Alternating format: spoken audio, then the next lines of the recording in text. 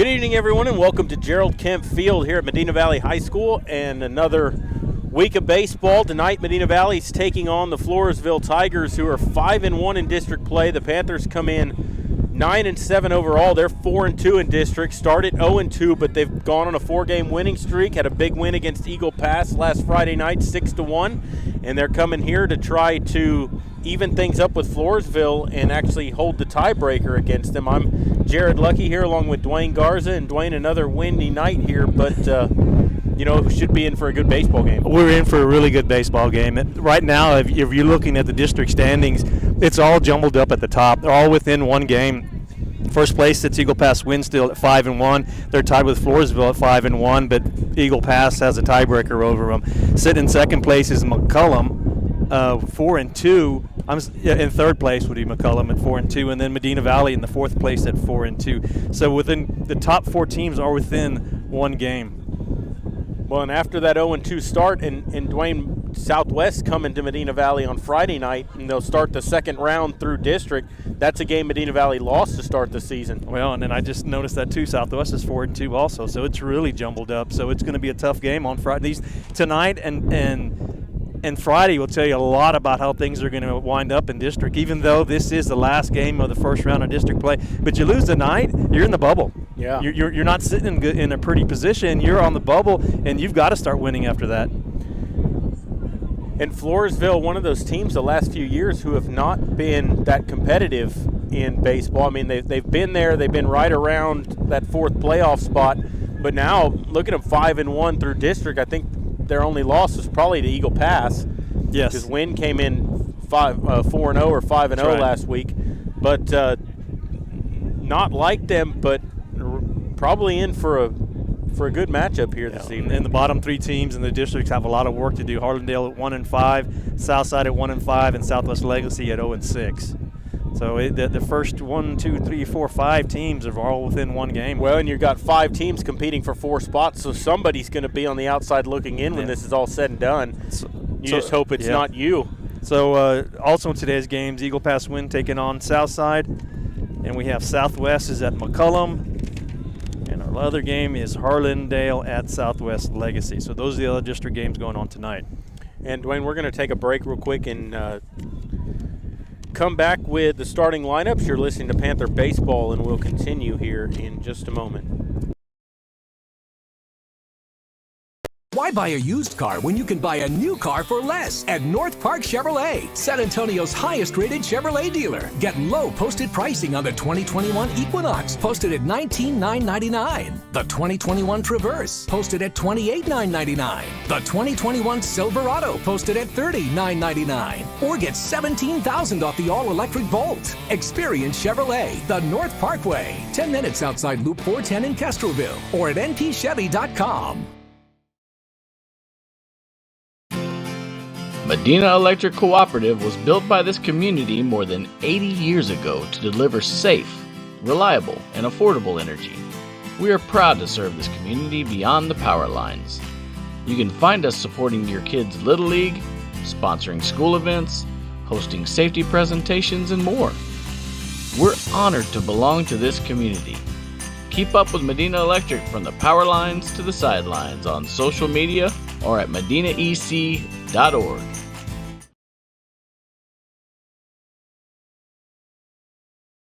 Peerless Equipment, your South Texas irrigation experts. Peerless Equipment specializes in sales and service of irrigation equipment to the agricultural and wildlife industries. This includes hose reels, big guns, pivot systems, underground pipelines, turbine well pumps, booster pumps, motors, valves, and an inventory of much more. Stop by one of their locations in Hondo and Pearsall, or give them a call at 210-434-7867. Peerless Equipment, bringing water to you.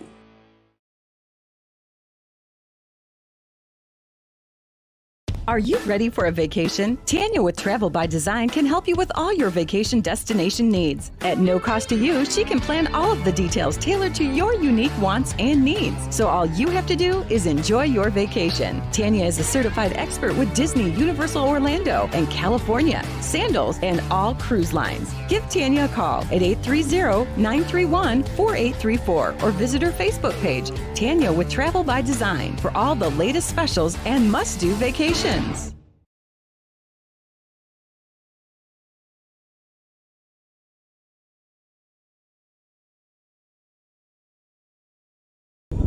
Back here at Gerald Kemp Field as we get closer to game time here, and I'll go ahead and give you the starting lineups for tonight's ball game, and we'll start with the visiting Floresville Tigers.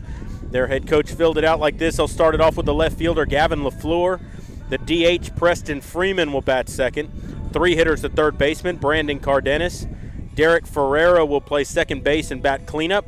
The 5 hitters, the first baseman, Jacob Trevino. Caden Angle will catch and bat sixth. 7 hitters, the center fielder, Jacob Villarreal. Brooks Farrell will bat eighth and pitch. And Ian Rivera will bat ninth and play right field. The shortstop, Xavier McCumber, will be DH'd for in the lineup tonight in the number 2 hole. So again for Floresville, their top 3, LaFleur left, Freeman DH, Cardenas third. Middle 3, Ferreira second, Trevino first, Angle catching. And the bottom 3, Villarreal in center, Farrell pitches, Rivera in right field, with McCumber at the shortstop position being DH for this evening. For the home Medina Valley Panthers and Coach Bobby Herb, he filled it out like this. They'll start it off with, let me see the lineup. Well, they'll start it off with their left fielder, Gavin Kanak. Thomas Pardo is the DH tonight. He'll bat second.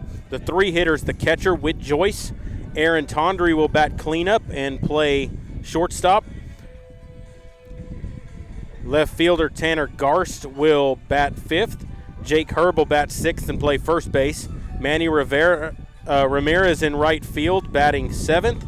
The 8-hitter Dalton Gutierrez will play third base. And Javi Gonzalez at second base will bat ninth. Christian Colon is pitching tonight. He's being DH'd for by Thomas Pardo. So again, for Medina Valley, their top 3, Kanak center, Pardo DH, Joyce catching. Middle 3, Tondry shortstop, Garst left field, Herb first base. And the bottom 3, Ramirez in right, Gutierrez third base, Gonzalez at second, and Christian Colon is on the hill tonight for the Panthers as the coaches come out to get the lineup cards. And Dwayne, what do we know about Christian going on the hill tonight? Well, he has been one of the starting pitchers for the Panthers. He's done a real good job on the mound. He's not overpowering in speed. He's got a good breaking ball.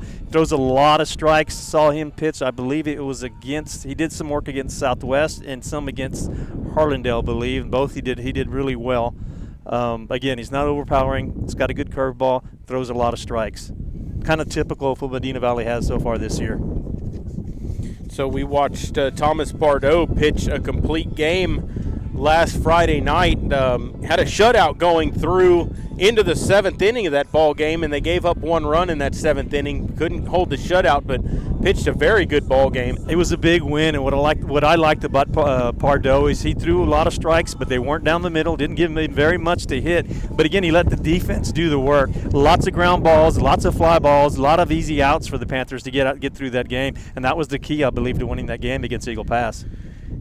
And so we'll see Floresville tonight. They'll be in their maroon tops with gray pants, white ball caps with a maroon bill on it, and white letters and numbers on the jerseys. Medina Valley wearing their home whites tonight, white jerseys with white pants with black and orange trim and white letter Panthers on the front.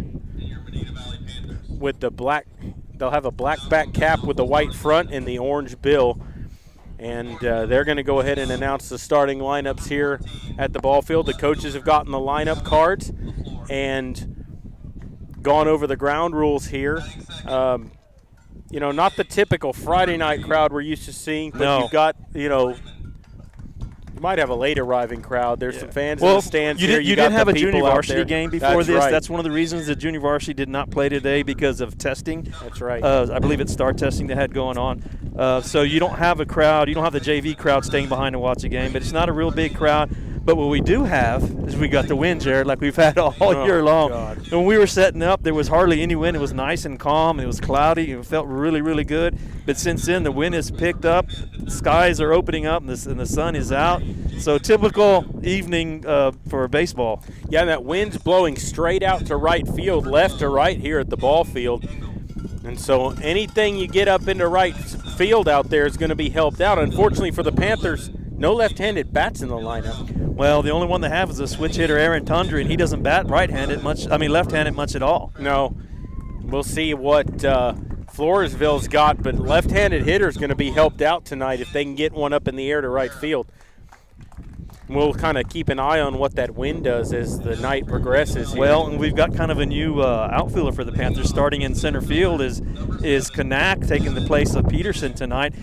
I don't know. He's got some experience in the outfield, but the outfielders that had been playing typically for the Panthers are getting used to this wind, so they know what to do. They know how to adjust. We'll keep an eye on Kanak out there and see how he does tonight. Well, yeah, exactly. And Peterson's used to that center field, and he's played a good center field for Medina Valley so far this year, and we'll see how Kanak can handle the wind. And really, it's going to be for both teams here. You know, we've seen other teams come into this ball field and have problems with it. Now, Nelcor, their center fielder for Eagle Pass on Friday night, was very good. He played a really good center field and had to deal with the wind, and he made some excellent plays out there. You can tell he was a smart outfielder because he adjusted really well wherever that ball was hit. And so, you know, in Medina Valley on Friday night, timely hitting was the big thing for them. 2-out hits when they had opportunities, and you're going to have to do that tonight against the Floresville team. And the bottom of the order came through big time for the Panthers, able to get on, hit some base hits and get some RBIs. They had a crucial part in winning that game Friday. Yeah, anytime that you can get, you know, your 8 and 9 guys on for the top of the order and kind of set the table for them, that's a big, big plus for you and a big boost for your lineup.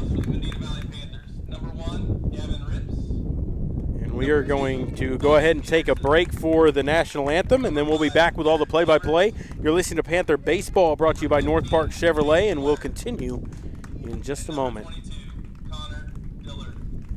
Bush's Chicken, one of the oldest locations in Castroville, is proud to serve the Medina Valley area. Bush's Chicken has one goal: be the best. Bush's Chicken knows its success comes from loyal customers in the communities they serve. Stop by Bush's Chicken on Tuesday and get the Tender Tuesday deal, or try their buffalo fries and ask about their Panther special. It's always a hit. Bush's Chicken, 935 Highway 90 East in Castroville. Call them at 830-538-2800. Texas, 268,000 square miles and then some. Twice as much elbow room as California. There's just no place like Texas. And you can take that to the bank. Texan Bank, poised and ready for a future that's wide open.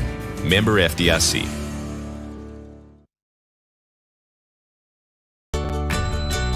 When you put money in our bank, you started a chain reaction. We made an auto loan. A local car dealer sold a car. A car salesman got a commission. His wife bought groceries. The checker at the supermarket got a paycheck. You made that happen. Thanks. Come home to Castroville State Bank. Member FDIC. Visit us online at CastrovilleStateBank.com.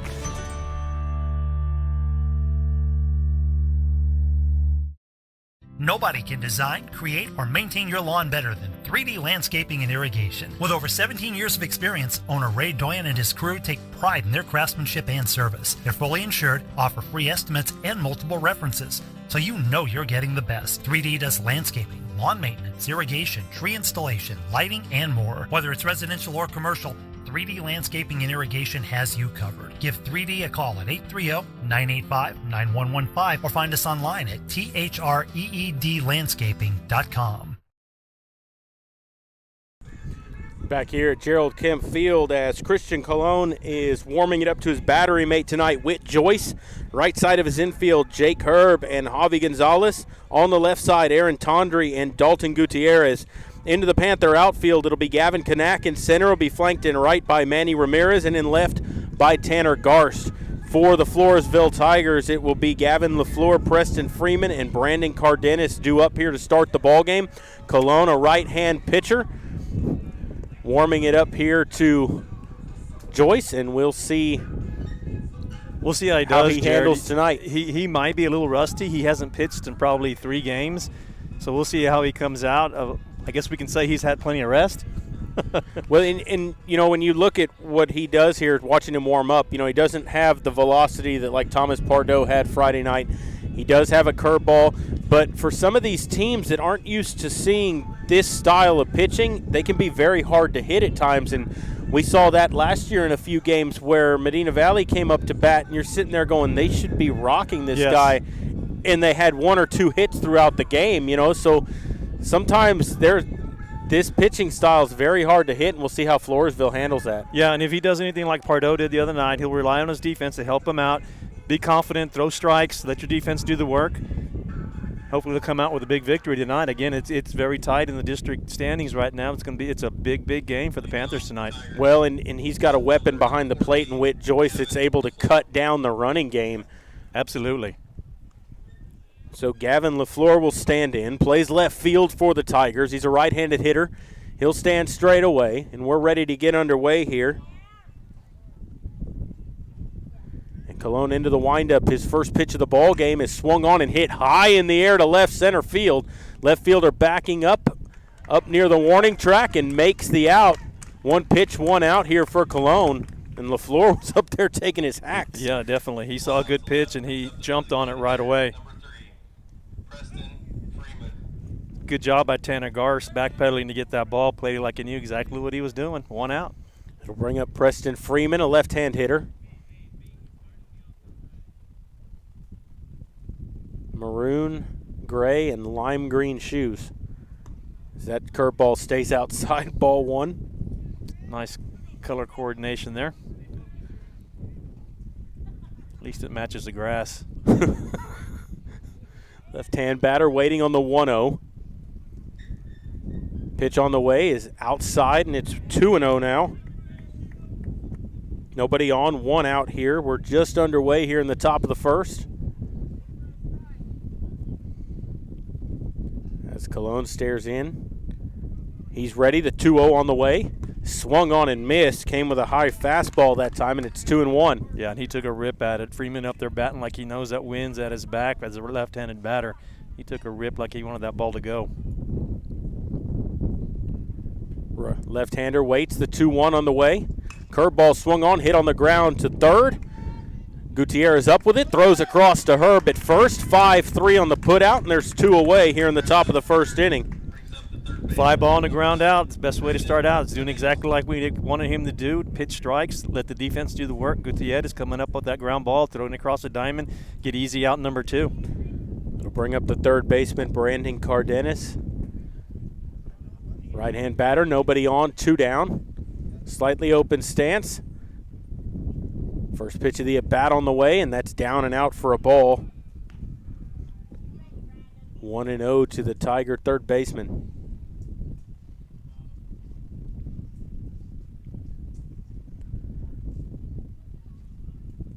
Colon stares into Joyce. Here's the 1-0.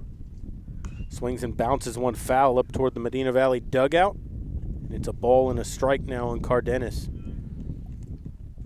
Looks like he's mixing up his pitches a little bit. He may have more than just a curveball, fastball. That ball had a little bit of spin on it, maybe trying to get a little tail action on it.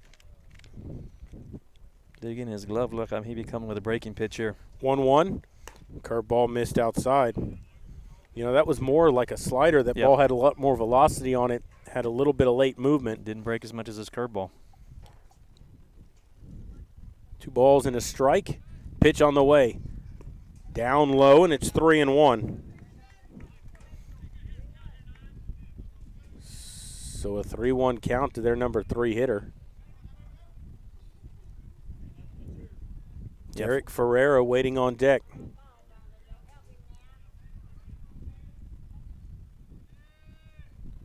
comes the 3-1 pitch from Cologne. Ups and he hit him in that lead elbow, or lead shoulder. And he'll put him aboard with 2 outs after the hit by pitch. He may have. She should have stayed with the pitch of the catcher called because he shook him off when he was going through the signs. Waited for another pitch call, a sign, and ended up hitting the batter. So that'll bring up Derek Ferreira. He'll have a runner at first with 2 away. Right-hander will dig in. Cologne from the stretch for the first time. Decent lead for Cardenas over at first. Pitch on the way. It's high, a ball. Fastball up.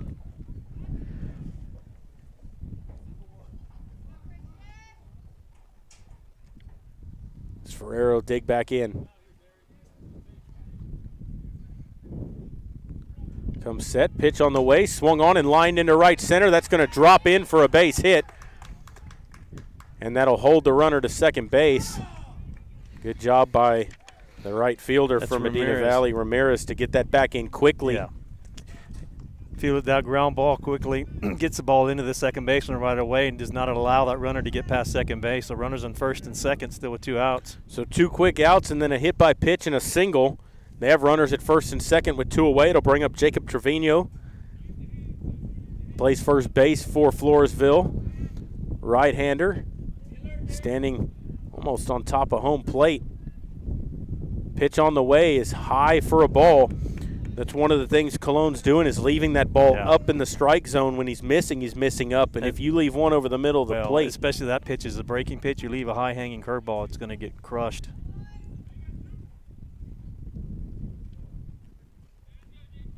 Comes set up near the ball cap. High set on his delivery. And that's upstairs, and it's 2-0. Yeah, another high pitch that's going to warrant a visit from Coach Garza coming out to the mound. Well, and usually when you leave pitches up, it's because you're not finishing your pitch. When I say that, I mean, they tell you bend your back, finish your pitch, follow through. Stay on top of the ball. That's probably what he's doing right now. It's just a pitcher-catcher coach meeting instead of the whole infield going out there to meet. But he's just settling him down. He hadn't pitched in a while. Get back in the groove the way you started the game, throwing strikes, give him something to hit, let your defense do the work. And you got a good start here. You had 1 pitch and a fly out to left. You got a ground out to third, and then first 2 batters, he didn't throw very many pitches. No, he threw 5 pitches to the first 2 batters, and then he ran the count to 3-1 on Cardenas and then hit him. Then Ferreira with a good piece of hitting going the opposite way. Yep. He's kind of pitched himself into a high-stress situation here. You'd like to see him get out of this with goose egg on the board here in the first. Especially you have 2 outs. 2-0 on the way. That's swung on and fisted out towards Gonzalez at second. He's up with it, throws it to first for the out. And the side's been retired. So the mound visit did wonders for Cologne, as they get no runs on 1 hit and they leave 2 on base. We'll go to the bottom of the first inning. Medina Valley just coming into bat. You're listening to Panther Baseball, and we'll continue in just a moment. Security State Bank, your financial partner since 1925, with one simple goal: to be the best bank possible to the families and businesses of South Texas. Check out Security State Bank's competitive rates and services from local people you know and trust. Serving South Texas with 7 convenient locations, including 1726 Highway 90 East in Castroville. Call 830-538-9898 or online at securitystbk.com. Equal housing lender. Member FDIC.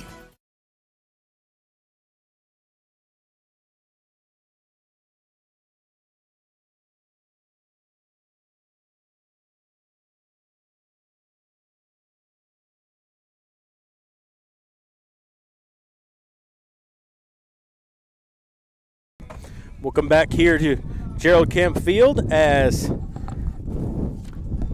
Brooks Farrell warming it up to his battery mate Caden Angle. Right side of the Tiger infield, Jacob Trevino and Derek Ferreira. On the left side, Xavier McCumber and Brandon Cardenas into the outfield.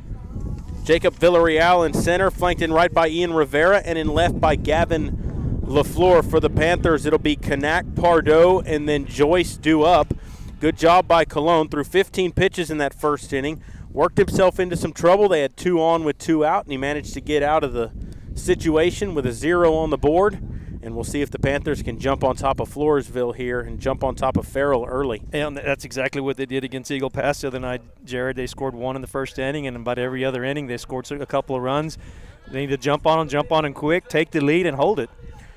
Well, you know, Eagle Pass brought a big crowd that night. They did. And I think they were expecting to win that game, and they didn't have a lot to cheer about. They were quiet most of the night, which is what I like to hear. The first pitch from Farrell on the way, and that's down low, a ball, 1-0. He's got some velocity, I can tell right away. A lot more than what we're seeing on the Medina Valley side of it. So it's kind of, different style pitching from both sides. 1-0 pitch is swung on and bounced to third, and it's going to take a weird hop and go through Cardenas and into left field that's going to go as an error. That play's got to be made. That play, it took a weird hop because it hit where the grass and the dirt come together. It took a weird hop, but it did go between his legs, so it probably needs to be scored an error. And they do score it as an error. So an E5 to start the inning, and that's got Kanak on board. But again, Kanak taking over the leadoff spot, gets on base, finds a way to get on base, whether it's a hit, error, or walk, whatever. He's on base. Panthers ready to get action going now. That'll bring up Thomas Pardo. Takes a slider on the outside corner for a strike, 0-1. That was a good-looking pitch. Farrell from the stretch. Kanak takes his lead over at first, not a very big one. Farrell's set. The 0-1 to Pardo comes inside, gets away from the catcher. Catcher fires down to second, but that's not going to be in time, and it gets into center field, but not far enough for Kanak to advance any farther, so a stolen base.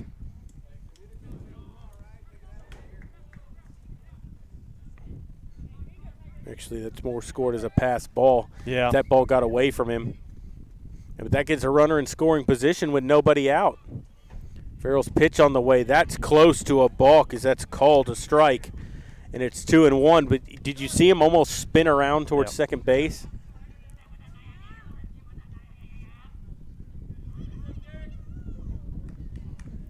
There's a swing and a bouncer off the plate.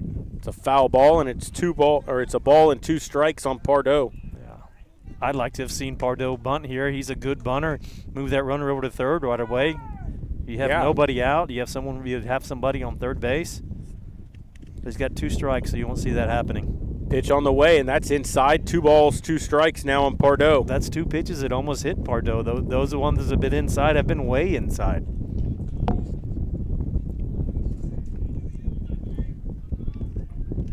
Looking fastball here. Farrell ready. There's a swing and a miss. Got a fastball in the inner half, and Pardo couldn't make contact. He should have been expecting that. You've had 2 really bad pitches inside. Doesn't have the confidence to throw the breaking pitch after that. So you want to sit back for a fastball, but he couldn't keep up with it. So bring up Whit Joyce. Whit, a right-handed batter. He's got a runner at second with 1 away. You will not see him bunting, and there's a swing and a foul out of play over to the right side, and it's 0-1. And that swing was far from bunting. He took a rip at that ball.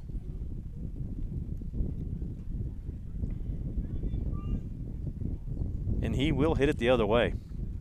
Yeah, he uses the entire field when he hits. 0-1 pitch. That's swung on. Popped up right side. Get out of play. First baseman moving over near the fence, and that's going to drop right inside the fence, but it falls foul. Joyce in a hole now, 0-2. Yep. Well, now he had his hacks. Now you just shorten your swing up, put the ball in play. You just want to hit it to the right side. You move the runner over to third base that's standing on second. Even if you shorten up your swing, just a little ground ball over to the right side gets the runner moved over to third. And even with 2 outs, a pass ball, anything that will get you a run home. Here's the 0-2. Swings and bounces one towards short. Shortstop charging hard, grabs, throws on the run, not in time. That's going to be an infield single for Whit Joyce. It moves the runner to third, Kanak, and there's runners on the corners with one out. It does move the runners over. Kanak, very smart on base running. Typically, with the ball's hit in front of you, you do not advance to third base when you're at second, but it was hit so slow that he had an opportunity to get to third. The shortstop had to come running in, threw it on the run, and couldn't get Joyce in time. You know, the shortstop actually made a good play that time. It's just the ball was hit so slow he didn't have a prayer to get him. And Joyce runs well for a catcher. Yes. That'll bring up Aaron Tondry. He drove in a pair of runs on Friday night. He'll bat here with runners on the corners and one out. And courtesy runner for Joyce, the catcher. I think that's Gavin Rips over at first base. Now a chance for the Panthers to jump on top early here. Looking for a steal right here. Farrell brings it on the inside corner for a strike with a fastball. Runners at first and third. You want to get something going here, get runners in scoring position. I'd be with the speed of Rips. I'd be looking for a steal right here if I was Floresville. Waiting on an 0-1. Farrell checks the runner at first. And he'll come set at the letters. Takes his time. Kicks and brings it. Runner goes. Pitches down. They throw to second. Not in time, and the run's going to score. They get a double steal that time, so the catcher throws down to second base trying to get Rips. He stole, and then you get Kanak coming home. And it's a 1-0 lead for Medina Valley. Where the catcher forced to throw down to second base, and it two-hopped to the second baseman and gave the opportunity for Kanak to score from third base. Well, and you know, if you're the catcher there, you almost don't throw that. Yeah, exactly. And if you do, throw it back to the pitcher and act like you're throwing it to second base and try to goat that runner at third to come down the line. Yeah, you can defend that double steal. Rips away from second, a 1-2 count on Tondry. Here's the pitch from Farrell, is swung on and fouled into the screen. And it's 1 ball and 2 strikes to Tondry. Yeah, good opportunity for Tondry to get a couple of RBIs here. Be nice to get one more RBI here with a runner in scoring position at second. That's right, Kanak scored already. That's a breaking ball in the dirt, and it's 2-2. Good job by Tondry to lay off of that. Yeah, he's got a sharp breaking ball, but he hasn't thrown it much for a strike. Well, no, and what he's relying on is that it looks like a fastball, but it's got some hump in it when he throws it, because we're sitting behind the plate. You can see that, and there's a fastball in the inside corner that's fouled off. And we'll do it again at 2-2. That ball hit off the wall of the Medina Valley dugout and ended up way in left field. He hit that ball hard. Well, and that was an inside fastball, and he got the bat turned all the way around on it. Sucker. Ready for another 2-2 from Farrell. Swings and bounces one to second. Second baseman up with it. He'll throw on to first for the out. The runner Rips will move over to third, but there are 2 away now as it'll bring up Tanner Garst. Well, if he was going to do anything there, that was the thing to do. Hit the ball to the right side, get the runner moved over to third base. Again, like we said earlier, pass the ball, score him. Yeah, and then we'll see what kind of job the catcher Angle can do behind the plate. From the stretch with a runner at third, and there's a strike with a breaking ball as he had Garst spinning out of there. Yeah, and Garst has been wary of the curveballs as of late. 0-1 pitch is swung on and fouled straight back. A high heater that time. Couldn't get on top of it, and he's quickly in a hole, 0-2.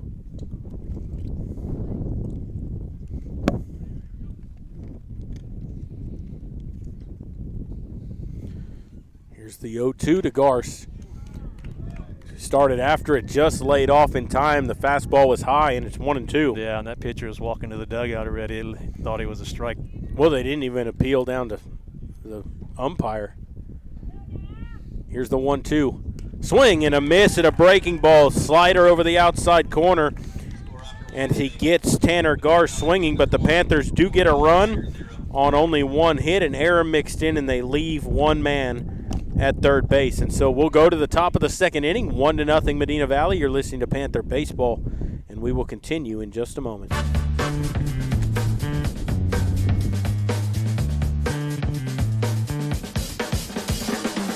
Call State Farm agent Hazel Russell in Castroville at 830-931-3441.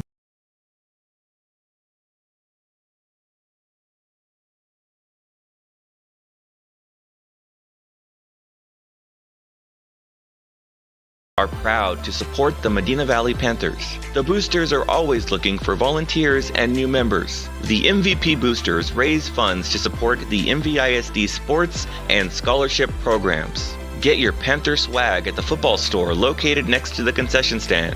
We have several items on sale. Join, volunteer, or purchase your Panther swag today at mvpboosters.com.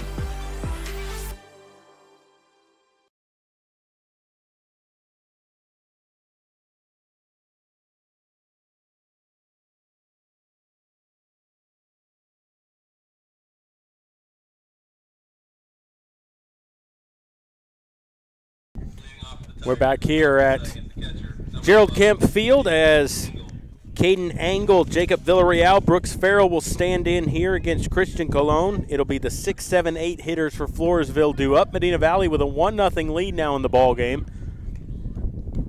As Angle will dig in, a right-hand batter.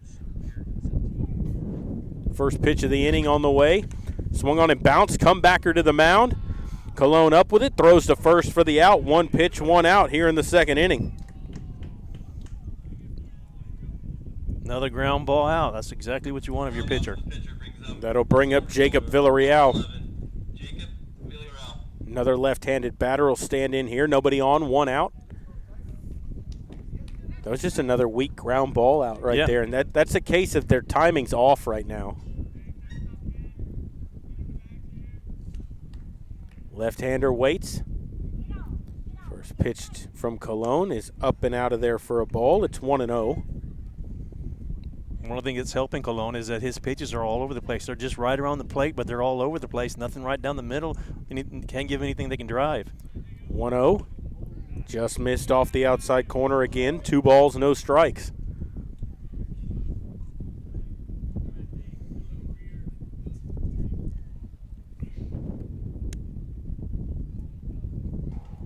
Two balls, no strikes. Here it comes. Swinging, bounces 1 to third. Gutierrez up with it, throws across to first for the out. And there's 2 away. Easy play for Gutierrez. Gets a ground ball, a big hop at eye level, feels it, throws across the mound again, makes it look easy. Well, in Dwayne, both left-handed hitters bounced out to third. Yeah, exactly. This will be Brooks Farrell. Pitcher, nobody on, 2 away. Slightly open stance here. And Cologne's first pitch on the way is swung on, popped up.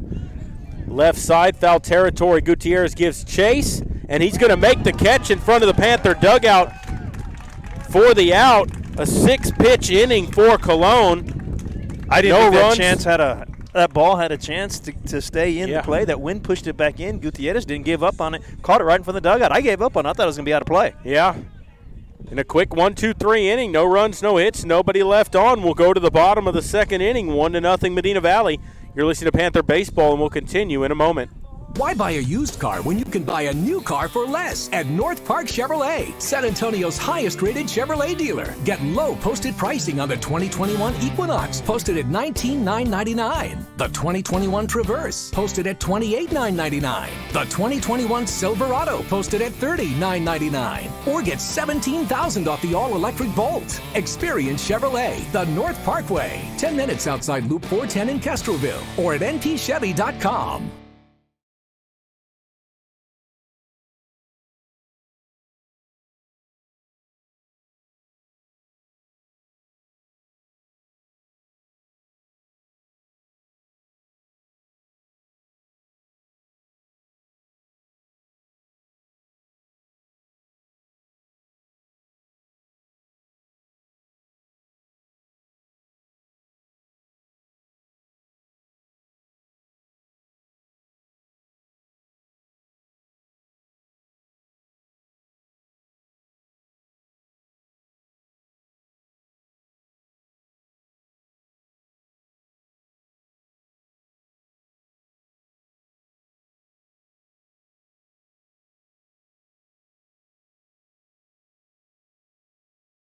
Back here at Gerald Kemp Field as we go to the bottom of the second inning.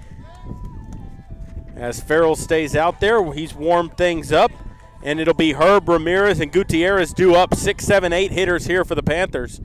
And we've seen Jake Herb, who has not hit the ball for a lot of power this year, but he finds ways to get on base. That's exactly right, Jared. He finds ways to get on base, whether it's Mother Nature aided or however it happens. He finds a way to get on base. He does a good job of it. He does it well with 2 strikes, too. Right-hand batter waits. First pitch from Farrell in the inning is swung on and missed. Took a big rip at a fastball, came up empty.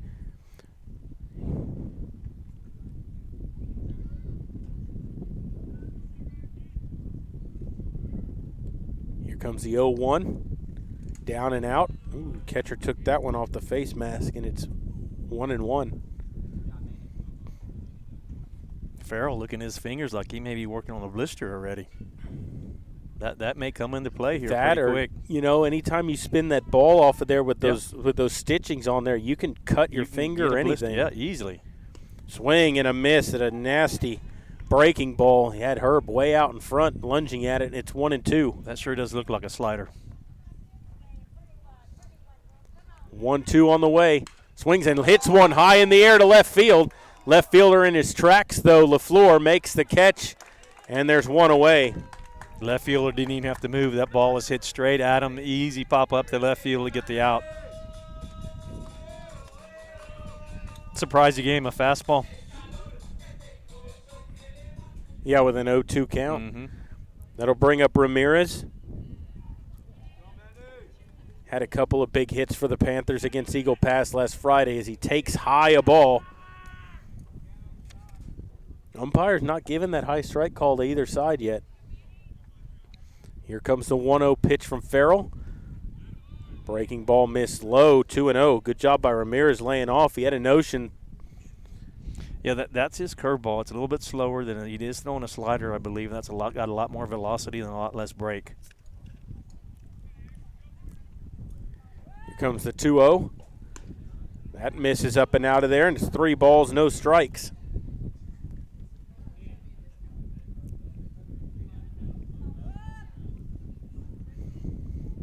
3-0, taking all the way for a strike, 3-1. Yeah.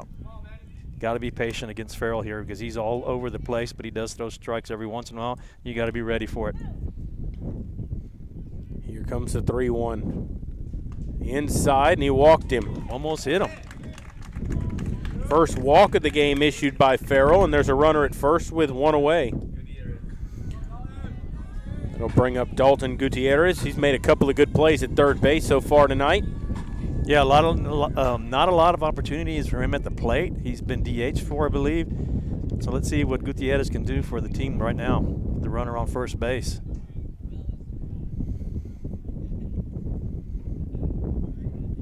Runner at first, Ramirez.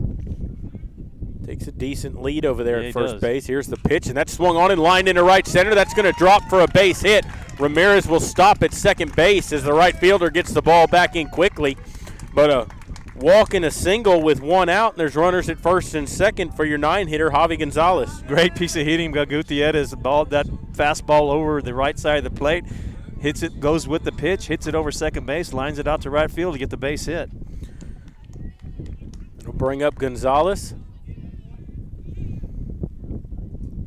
See what he's doing here. 1 away. You got Gavin Kanak waiting on deck, top of the order. Pitch on the way is a curveball that does drop in there for a strike. 0-1. It's the first high strike we've seen him call. Yeah, that was borderline at best. Farrell set. 0-1's down, 1-1. Second baseman and shortstop are really jockeying with Ramirez over there at second base, trying to keep him close. They are, and that's opening up holes is all it's doing. So if he can get a ground ball, it'll scoot through the infield. 1-1. Thought about it, laid off a breaking ball in the dirt, and it's 2-1. Yeah, good job by Gonzalez to lay off that breaking pitch. Looked like it's starting right over the plate, but breaks straight down into the dirt. And Farrell's kind of gone away from his fastball here in this inning. He's going to spin and look the runner back to second.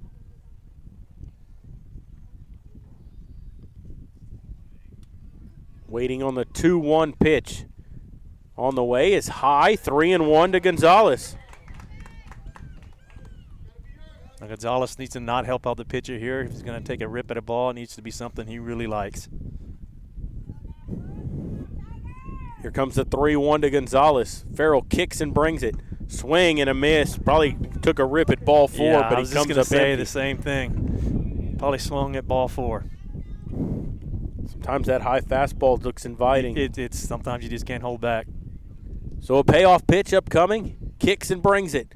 Swing and a foul tip. No, he didn't get a piece of it. The ball hit the dirt, but with first base occupied, he doesn't have to do anything. And there's 2 away. Third strikeout of the game by Farrell. And now there's 2 down. It'll bring up Gavin Kanak, who reached on an E5 to start the ball game and scored a run. That could have been possibly ball 4 also. So Farrell trying to get out of trouble here. There's a swing and a fly ball out in the right center field. Center fielder on the move, going back, and that's going to one-hop off the wall. 1 run will score. They're going to wave the trailer. The relay throw is not going to come home. It goes to third base. A 2-run double for Gavin Kanak in the leadoff spot, and the Panthers lead it 3-0. Good job by Gavin Kanak. Jump all over that first pitch. It's right down the middle fastball. Squares it up, hits it to right center. Like you said, 1 hops off the wall. Allow the Panthers to score 2 runs. That'll bring up Thomas Pardo. He's 0 for 1. He struck out swinging his only time in. He's got a runner at second with 2 away. Farrell's pitch is in the dirt for a ball, 1-0. What a good piece of hitting by Gavin Kanak. Absolutely. Getting an opportunity here in the leadoff spot with Peterson out of this ball game, and there's a high chopper to short. Shortstop's not going to make the play on it. That's going to go as an error as it gets into left field. Stop sign at third. And then E6 keeps the inning alive. Pardo just gets a piece of that ball, enough to get it to go chopping towards shortstop. Shortstop didn't have a choice because it was a slow roller. He had to come hard at it and take a chance to come up throwing. And when he tried to take a chance of stabbing at that ball, it got through him. They gave him a hit on that? The ball rolled up the back of his glove. Yeah. I'm giving that an error. He booted that ball. He'd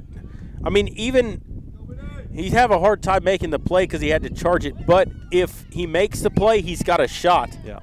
No, that was an error.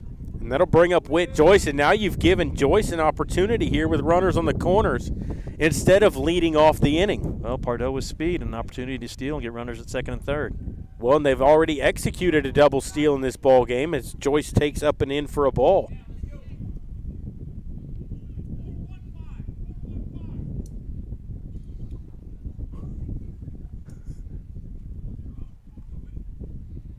Joyce taking his time at the plate. Now Whit ready.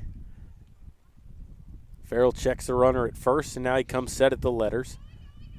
Runner does go. That pitch is down in the dirt outside. No throw going to be issued. A stolen base that time by Pardo. Curveball just got away from him. Had to slide outside the plate. The catcher did in order to stop that 1-hop curveball. No problem for Pardo to get to second base. Panthers got what they want. They get runners at second, third with Big Whit Joyce at the plate. Base hit can get you a pair, especially with Pardo's speed. There's a swing and a drive deep to left field. Left fielder going back, and that's going to be 1 hop off the wall. That's going to get a pair home. Joyce is going to cruise into second with a 2-run double, and it's 5-0 Medina Valley. And how big is that error now? Because if Joyce leads off the next inning, it's a leadoff double. Instead, there's 2 more runs across the plate.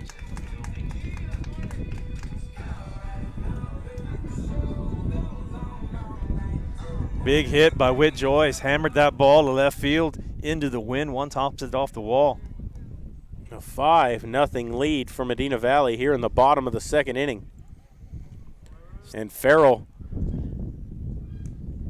deals one to the backstop here. A wild pitch, and that's going to move Gavin Rips up to third base. Yeah, Rips goes into courtesy run. Easily gets to third base on the pass ball. A wild pitch, whatever you want to call that. And here's what baffles me, Dwayne, is through all this, not a single visit to the hill. No. To settle him down or anything. They're just leaving him out there to – a 4 spot's been put up in the inning. He hasn't walked many people, but he's been all over the place. Yes. And honestly, his defense hasn't helped him out a lot, but you still almost need to go out and settle your defense down a little bit. Oh, that hit the bat, and that's going to go for a strike on a foul ball. How unlucky Aaron Tondry was right there. Ducking to get out of the way of that high fastball, and it hits the bat as he's trying to get out of the way. What a way to get a strike called on you. Tondry grounded out to second his only time in. He's 0 for 1 in the ball game. And he swings and bounces one foul to Coach Herb at third, and it's 1-2. That's 45 pitches up to this point for Farrell. That's 3 innings worth of pitches. He hasn't even retired the side in the second. Here's the 1-2. Down and out. 2 balls, 2 strikes. He's really relying on that curveball, but he hasn't thrown many for strikes.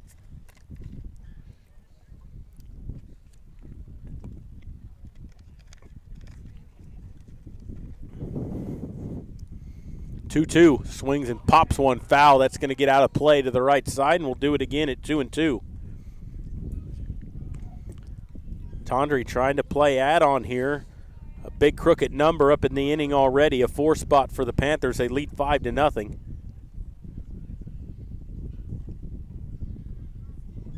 Here's the 2-2. Swings and pops it up. That's going to go foul back over the screen behind us. And we'll do it again at 2 balls, 2 strikes. You almost got a feel for that catcher. He's getting a workout tonight, Yeah, Jared. he's been having to run around a lot.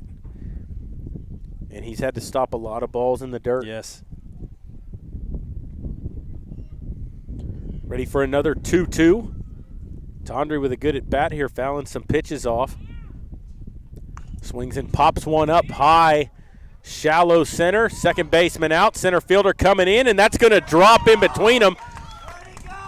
And that's going to get a run home. That's going to go as a hit because no one touched it on the fly ball, but that play's got to be made. And that was almost Little League. Everyone just converged, right field, center field, second baseman. Yes. They just looked at each other and the ball dropped. That was perfectly hit in no man's land, and the wind had a little bit to do with that. No one really called the ball, wanted that ball. Well, and honestly, I mean, that's the center fielder's play. He's coming in. He's got the best angle. He's got to call that. And nobody took charge out there. And that's exactly what the Panthers did. You got to take advantage of the mistakes and score runs, and that's exactly right. Get another run across the plate, take advantage of their mistakes. Panthers up now with a 6-0 lead. 6-0 lead. Only in the bottom of the second. And you've got a runner at first, and here's Garst. Garst is 0 for 1. He struck out his only time in. They put up a 5 spot so far. Take advantage on a couple of errors. Mix in some hits. Runner goes. Catcher couldn't get the transition from glove to hand cleanly, and Aaron Tondry steals second base. I think that was a little bit of frustration on the catcher, trying to get that ball out of the glove. It was a low pitch. And still not a mound visit. A 2-0, that's in the dirt, and it's 3 balls and no strikes. Another ball in the dirt. Catcher is shaking his head as he throws the ball back to the pitcher. He's having a tough time behind the plate. 3-0. Farrell's pitch.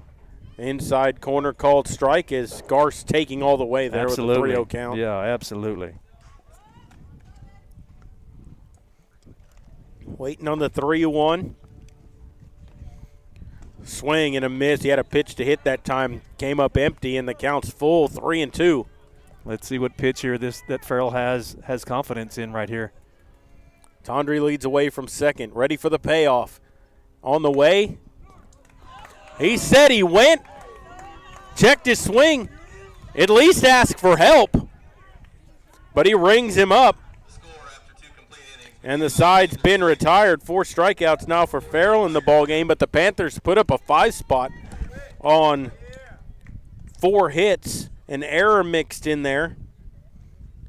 And they leave 1 on base, and so we'll go to the 3rd inning, 6-0 Medina Valley. You're listening to Panther Baseball, and we'll continue in a moment. Medina Electric Cooperative was built by this community more than 80 years ago to deliver safe, reliable, and affordable energy.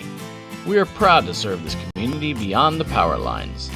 You can find us supporting your kids' Little League, sponsoring school events, hosting safety presentations, and more. We're honored to belong to this community. Keep up with Medina Electric from the power lines to the sidelines on social media or at medinaec.org.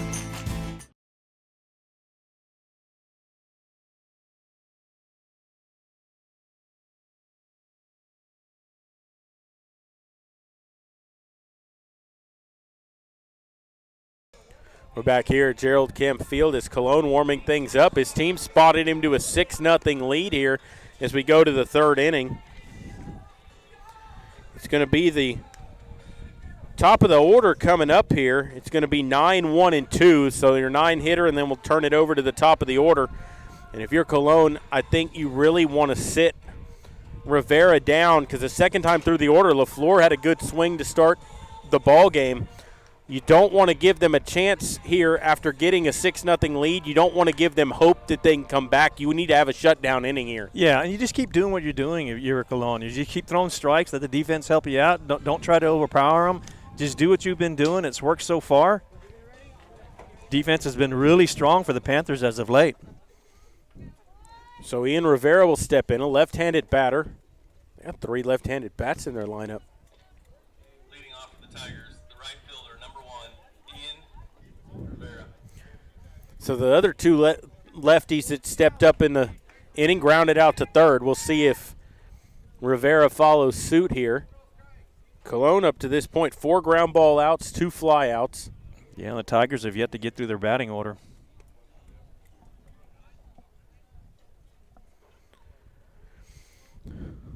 Left-hand batter waits. And the first pitch on the way. Swings and fouls it back to the screen, and it's 0-1. For the first 2 innings, he had 1 pitch, 1 out in both innings, and he was up there taking his hacks too. Ready for the 0-1. Cologne taking his time. Here's the 0-1 pitch to Rivera. Comes down low. 1 ball, 1 strike.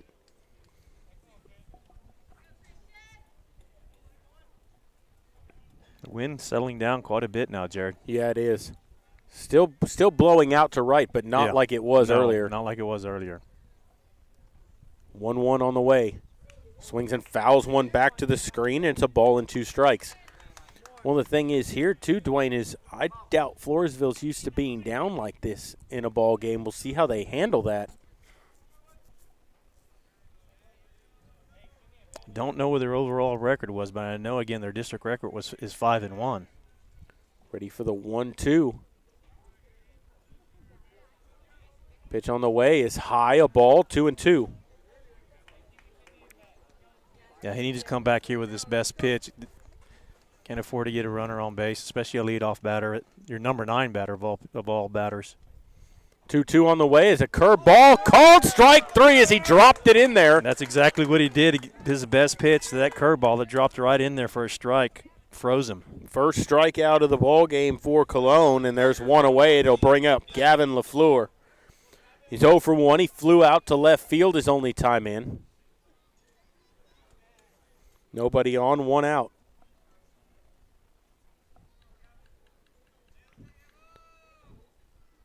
Pitch on the way.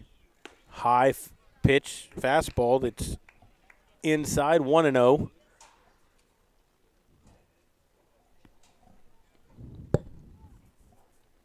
LaFleur batting, Preston Freeman waiting on deck. 1-0 on the way. High, way up and out of there, 2-0. He hasn't been close to this batter. No. It's actually calm, Dwayne. We're sitting here and it's calm. I know it. You can actually hear. 2-0 on the way.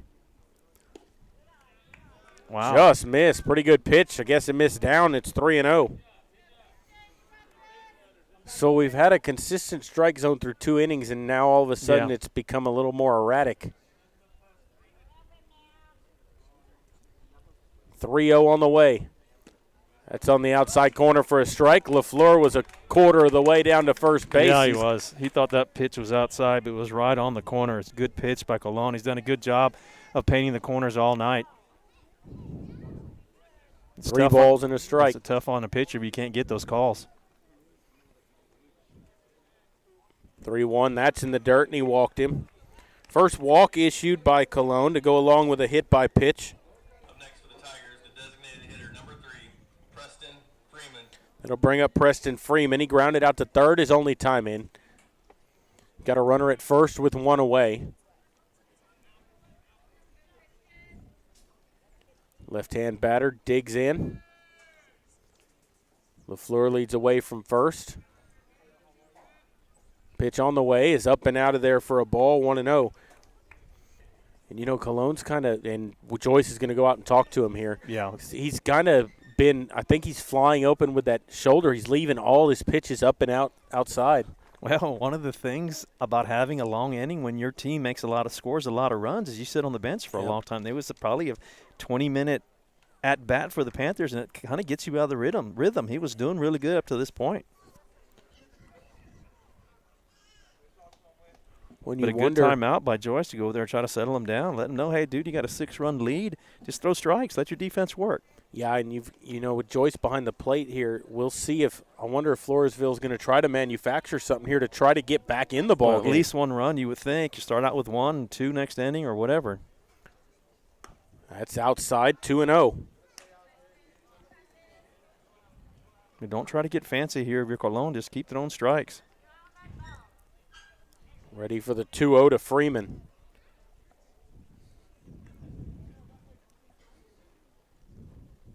Kicks and brings it.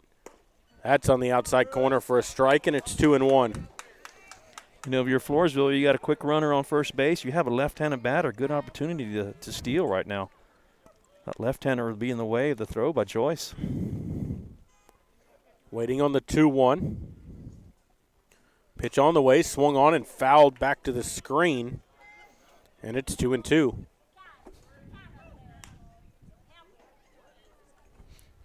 When if you watch Cologne, he's not even checking on the runner at first. He's coming set and bringing it. And if you were, LaFleur could time that, he could get a big jump. A little bit bigger lead this time around. Ready for the 2-2. Pitch on the way, swung on and fouled back to the screen again. Tried a curveball that time, and a good job by Freeman to spoil it. And we'll do it again at 2-2.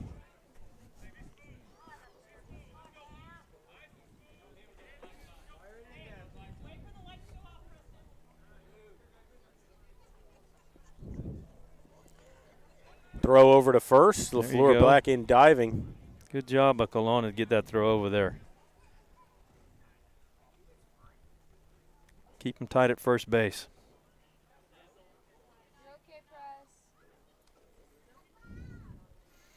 Freeman waiting, ready for the 2-2. Here it comes. Swung on and bounced towards Gonzalez at second. Makes a good play. Spins and throws to first for the out. LaFleur moved to second base, but it goes 4-3 for the put out, and there's 2 down. Good job by Gonzalez moving to his left, stabbed at the ball, and found it in his glove, spun around in the circle, and threw to first base to get the out. That'll bring up Cardenas. He was hit by a pitch his only time in. No official at bat in the ball game. He's got a runner at second with 2 away. Cologne trying to work out of a little bit of trouble here. Kicks and delivers. Curveball, called strike on the inside corner, 0-1. Good pitch. If you can throw that curveball for a strike on your opening pitch, get you ahead in the count right away because they typically don't swing at a curveball on the first pitch. Waiting on the 0-1. Cologne set, checks the runner. Pitch on the way is swung on, bounced to third. Gutierrez up with it. Fires across to first for the out, and the side has been retired, so they get no runs on no hits, a walk mixed in there, and they leave 1. And good job by Gutierrez. So far tonight, the balls that are supposed to be out, he fields them cleanly and makes the throw to first base to get the outs. And so a 6-0 lead for Medina Valley as we go to the bottom of the third. You're listening to Panther Baseball, and we'll continue in just a moment. Peerless Equipment, your South Texas irrigation experts. Peerless Equipment specializes in sales and service of irrigation equipment to the agricultural and wildlife industries. This includes hose reels, big guns, pivot systems, underground pipelines, turbine well pumps, booster pumps, motors, valves, and an inventory of much more. Stop by one of their locations in Hondo and Pearsall, or give them a call at 210-434-7867. Peerless Equipment, bringing water to you.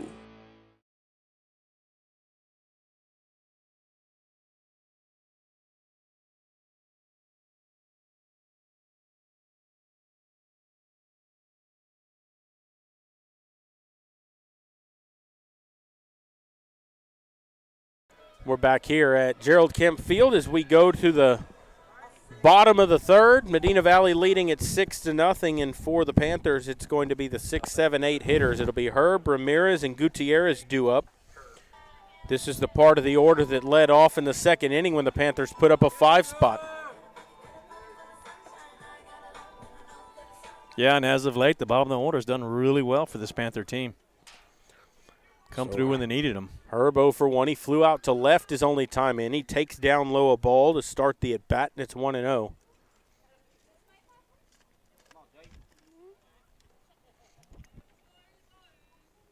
Herb with a big rip comes up empty. Nice curveball that time by Farrell. Yeah.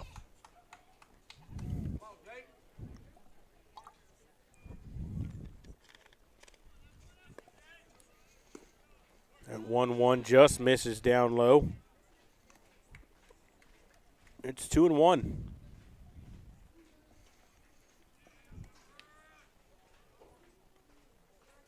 There's a swing and a bouncer back to the screen. Let's see if Farrell comes back with that curveball. If he can start throwing that curveball for a strike, it could be problems for the Panthers. He hasn't been able to do it so far. At least be consistent with it. 2 balls, 2 strikes here.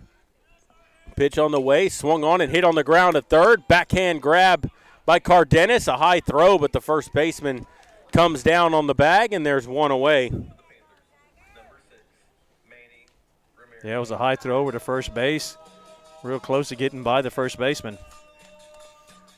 Well, and they've had a couple infield errors already in the ball game. Almost had another one there. Cardenas made a good play to snatch that ball. And this will bring up Manny Ramirez. He walked his only time in. No official at bat yet in the ball game, and he takes a ball inside, 1-0. That's been a strike all game. Yeah. I was expecting that to be called a strike. Ready for the 1-0. Swings and pops it up foul back over the screen behind us, and it's a ball and a strike now on Ramirez. Ramirez scored the second run for Medina Valley in the ball game.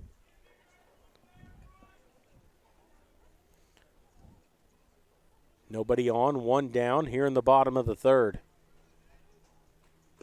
There's a strike called over the outside corner, and it's 1-2. Yeah, that was a really good pitch on the outside corner. Swinging at it, I don't think you could do much with it. 1-2 to Ramirez. Swings and bounces one towards second. First baseman will play it. Throw to the pitcher covering for the out. It goes 3-1 for the put out, and there's 2 down. Tigers worked that one perfectly as the pitcher came across. Continued going to first base as the first baseman fielded that ball and tossed it over to the pitcher who was waiting at first base to get the out. It'll bring up Dalton Gutierrez. He singled his only time in. 1 for 1 in the ball game. He takes a rip, comes up empty on a slider, and it's 0-1. Nobody on, 2 down.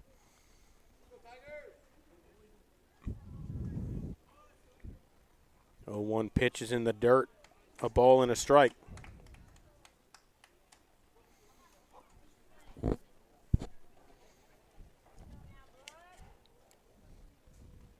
Farrell's 1-1. Bounce back to the pitcher. Farrell snags it, throws to first for the out, and Farrell has his first 1-2-3 inning of the ball game. No runs, no hits, nobody left on for the Panthers. We'll go to the 4th, 6-0 Medina Valley. You're listening to Panther Baseball, and we'll continue in a moment. Are you ready for a vacation? Tanya with Travel by Design can help you with all your vacation destination needs. At no cost to you, she can plan all of the details tailored to your unique wants and needs. So all you have to do is enjoy your vacation. Tanya is a certified expert with Disney, Universal Orlando, and California, Sandals, and all cruise lines. Give Tanya a call at 830-931-4834 or visit her Facebook page, Tanya with Travel by Design, for all the latest specials and must-do vacations.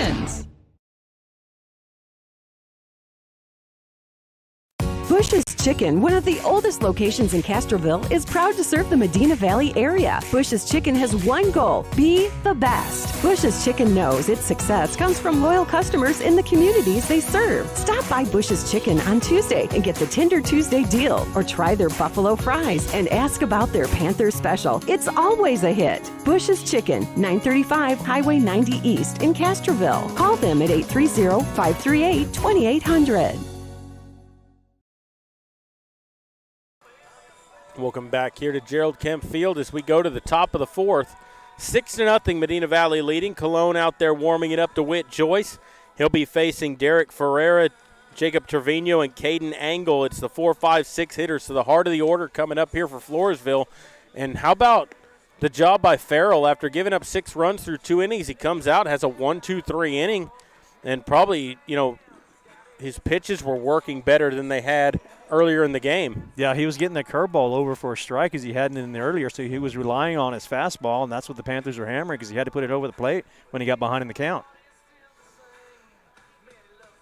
Main thing here, if you're Cologne, just keep doing what you've been doing. Throw strikes, let them put the ball in play. Your defense has done a good job behind you. 6 ground ball outs tonight. Second baseman, number 2, Derek Ferreira. This is only going to be his 40th pitch of the ball game here. That's what you want. So Ferreira will stand in. He singled his only time in. Not a hard hit ball, but hit it in the right spot out to right field. First pitch of the inning on the way is a curveball, bounce to third. Gutierrez can't make a good play. It's a fair ball. That's going to go as an E5. First error for the Panthers. He tried to field that. It hit off the heel of his glove, right in the palm, and he couldn't hold on to it.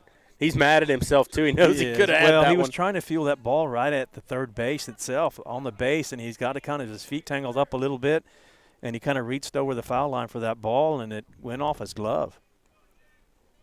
It'll bring up Jacob Trevino. He grounded out to second his only time in. Runner at first, nobody out. It's the first time they've had the leadoff batter aboard in the ball game, and there's a ball to Trevino.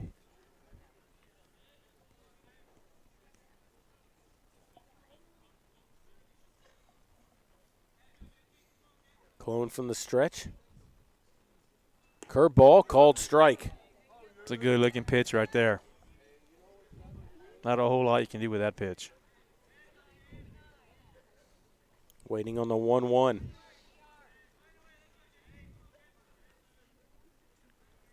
Cologne's fastball is outside. 2 balls and a strike now.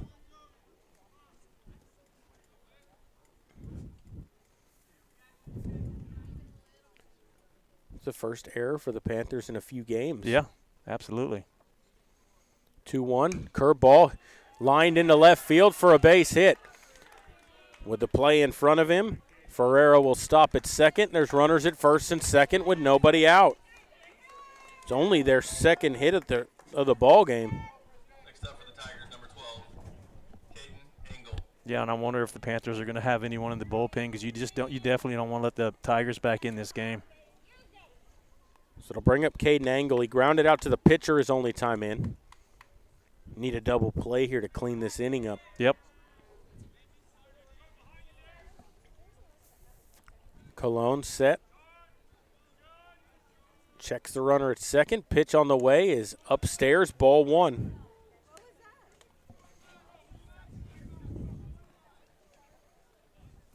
One ball, no strikes. You've got nobody out. You got 2 runners on base. You need to get at least 1 or 2 runs here. I don't know why I would be thinking small ball here at least to try to get some runs across the board. Well, yeah, you can get runners at second and third with only 1 out. They take inside, 2-0. When if I'm Angle right now, I take it until he throws me a strike. Yeah.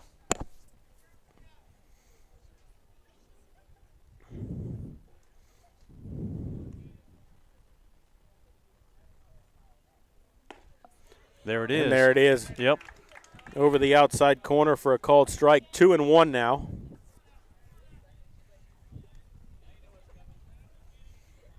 Two balls and a strike. Runners at first and second. Nobody out here in the top of the fourth. Pitch on the way, and that curveball drops in the dirt, and it's 3-1. So Cologne in danger of loading the bases here. Unfortunately, you got to come with one right down the middle. You got to give the batter exactly what he wants because you need a strike right here. Well, this is a critical juncture here in the ball game. You got a 6-0 lead, but they've got runners at first and second. You got a 3-1 count. 3-1 on the way. Just got a strike call. I don't think Angle liked that very much, but a full count now. That was one of those pitches that could have went either way. That looked a little high and outside. Floresville people did not like that call. Nope. Ready for a payoff here from Cologne. He shakes off Joyce. Now he comes set. 3-2 on the way. Down low, and he walked him. So an error, a single, and a walk, and the bases are loaded with nobody out. That's twice that he's shaken off Joyce on the signals, and it didn't work for him. And here comes Coach Herb out. Usually when he comes out, it's to change. Yeah, it is. But we'll see what he wants to do here. And he is going to take the ball, and I think Gutierrez is going to come in to pitch. Well, we'll see. He hasn't taken the ball from him yet. Yeah, he is. And he is. Yep, Dalton Gutierrez is going to come in to pitch. And with the pitching change, we're going to take a break and come back. You're listening to Panther Baseball, and we'll continue in just a moment. Texas, 268,000 square miles and then some. Twice as much elbow room as California. There's just no place like Texas. And you can take that to the bank. Texan Bank, poised and ready for a future that's wide open. Member FDIC.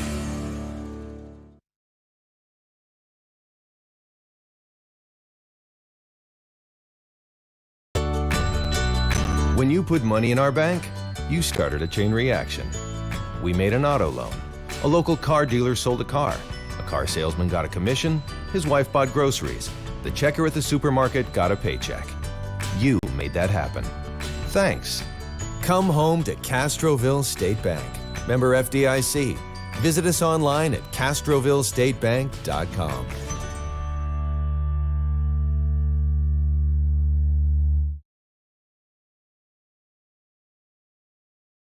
Nobody can design, create, or maintain your lawn better than 3D Landscaping and Irrigation. With over 17 years of experience, owner Ray Doyen and his crew take pride in their craftsmanship and service. They're fully insured, offer free estimates, and multiple references, so you know you're getting the best. 3D does landscaping, lawn maintenance, irrigation, tree installation, lighting, and more. Whether it's residential or commercial, 3D Landscaping and Irrigation has you covered. Give 3D a call at 830-985-9115 or find us online at threedlandscaping.com.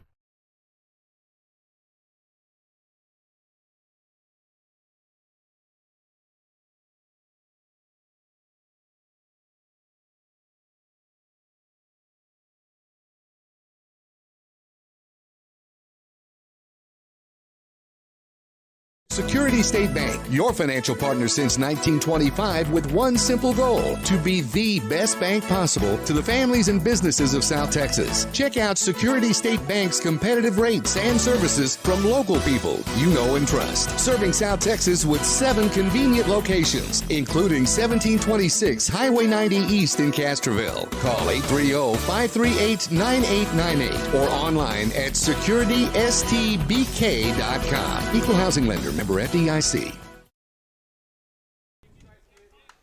We're back here at Gerald Kemp Field as Dalton Gutierrez has warmed it up. He's come on to pitch. He's going to have a little more velocity and a sharper breaking curveball than we saw from Cologne. He inherits the bases loaded with nobody out, and he'll face Jacob Villarreal, who takes the first pitch down low, a ball 1-0. With the pitching change, Manny Ramirez comes to third. Gavin Rips goes out to right field. There's a strike in there, and it's 1-1. Floresville crowd did not like that call.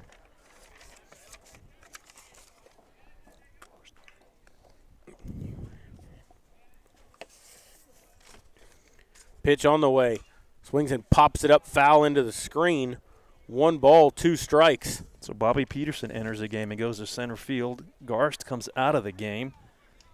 And it looks like Kanak's going to go to left field. A lot of changes.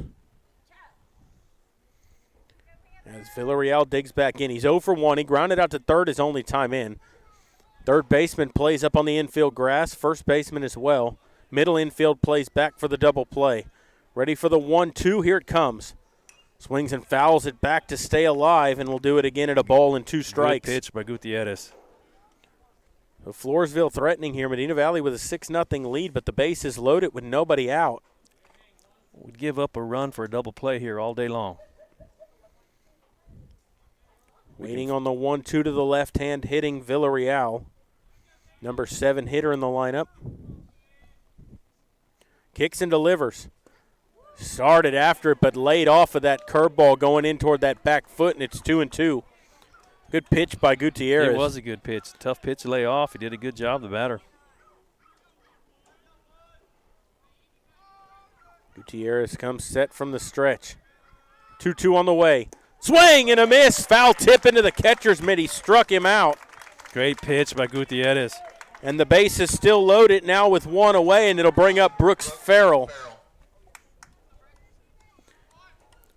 Farrell's 0 for 1. He popped out to the third baseman in foul territory his only time up. Bases loaded, 1 out.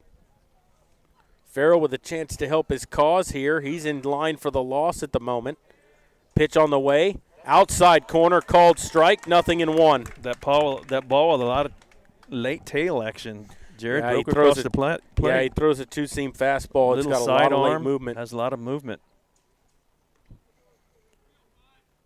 0-1 on the way. Breaking ball outside. Good job by Joyce to keep that right there next to him, and it's 1-1.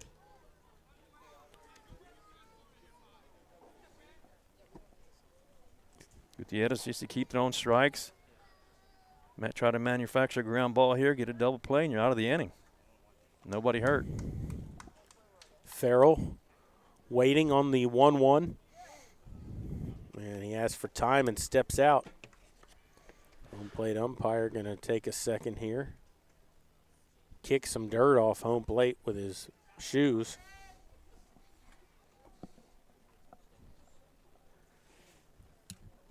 And we're ready to go again here. A ball and a strike. Gutierrez ready. Comes set at the belt. Kicks and brings it. Outside, 2 balls and a strike.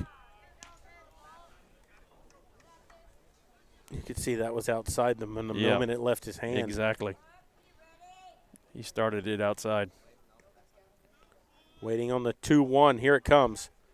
Swings and fists one out towards Herb. Steps on the bag. That's a double play. They haven't called him out. He made the catch standing on the bag. That should be a double play. That's a double play, people. How is that not a double play? Wow. He wasn't even close to being back on the bag. Herb made the catch and was standing on first base. That's a double play. And the second baseman's trying to say, or the second base umpire's saying he beat him back to the bag. Help him out, Blue. Wasn't even close. But you're going to get a pop out to first. So there's 2 away. That was one of those obvious plays that I don't know how it did not get called. Well, and that's a case of the base umpire is on the shortstop side of second base because the base is being loaded. And that'll bring up Ian Rivera, who struck out looking his only time in. Bases loaded, now with 2 down. Swing and a miss and a fastball up in his face, and it's 0-1. Well, this is the batter that Gutierrez has to get out. The number 9 batter is up right now. You don't need the leadoff batter to come up with bases loaded. Well, and if you can sit Rivera down, you'll manage to get out of this with no damage done. 0-1 on the way. Inside corner, called strike with a slider, and it's 0-2. Climb the ladder on him.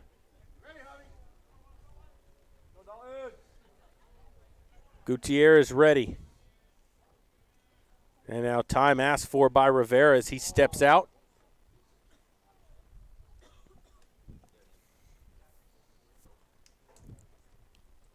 Left-hand batter waits. Gutierrez ready, comes set. Kicks and brings the 0-2. Just missed outside, 1-2. It's a good placement on that 0-2 pitch, just on the out, just off the plate there, hoping he'd fish for it. No takers, though. That was a good pitch, exactly where he wanted that ball. You got to throw the fastball up under his hands here. Ready for the 1-2. Here it comes.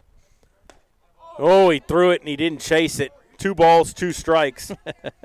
It was right under his hands, Jared. 2 balls, 2 strikes, 2 outs, and the bases loaded. Medina Valley leading 6-0. Gutierrez came in, inherited the bases loaded with nobody out. Swing and a miss. He blew the fastball by him, and Gutierrez comes in and sits him down at the bases loaded with nobody out, and they come up with nothing. Outstanding job by Gutierrez to come off from third base there and trot out to the mound and take care of business. And they get no runs on 1 hit, a walk, and an error mixed in there, and they leave the bases loaded. Did not allow the top of the order to come into the plate. And we will go to the bottom of the 4th, 6-0 Medina Valley. You're listening to Panther Baseball, and we'll continue in a moment.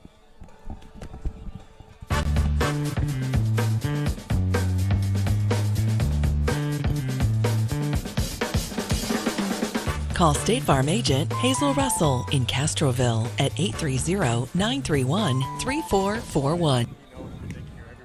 I know. The Medina I Valley hope they Sports do. Boosters are proud to support the Medina Valley Panthers. The Boosters are always looking for volunteers and new members. The MVP Boosters raise funds to support the MVISD sports and scholarship programs. Oh, Get your Panther swag at the football store located next to the no, he's concession not going stand. to, and he we have wouldn't several overturn items it on sale. because then it makes your field Join, umpire look volunteer, stupid. or purchase your Panther swag today at mvpboosters.com.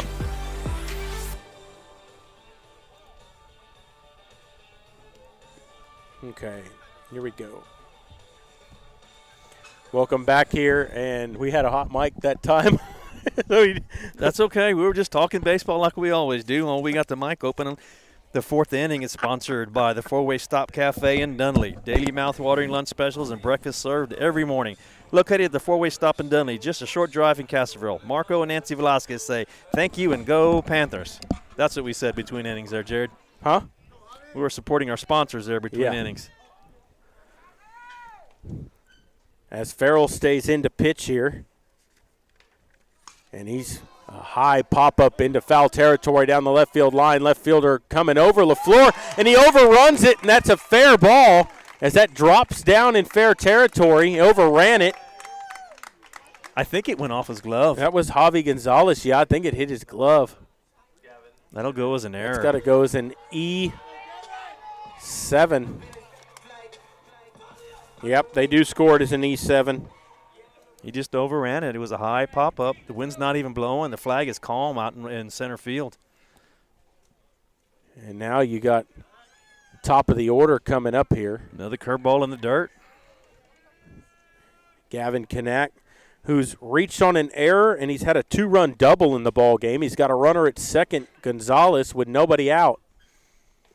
Down in the dirt, and if the Panthers could get a 4 spot here, get that 10-run lead and get 3 outs in the 5th, we'd be done. Then we can go eat. We can have an early dinner. 2-0 on the way. Down in the dirt, 3-0. Not out of the question. No. They've had 2 10-run games in the last couple of outings. Well, and they put a 5 spot up against Farrell in 1 inning of this game already. Well, the two outings before Eagle Pass. 3-0 on the way. In there for a strike. There's a strike. He was taking all the way that time. There's no doubt. That's the next pitch you want him to throw, which he's got to come back probably with a fastball. His curveball has not been working. Ready for the 3-1. He throws the curveball. And he drops it in there for a strike, and it's 3-2.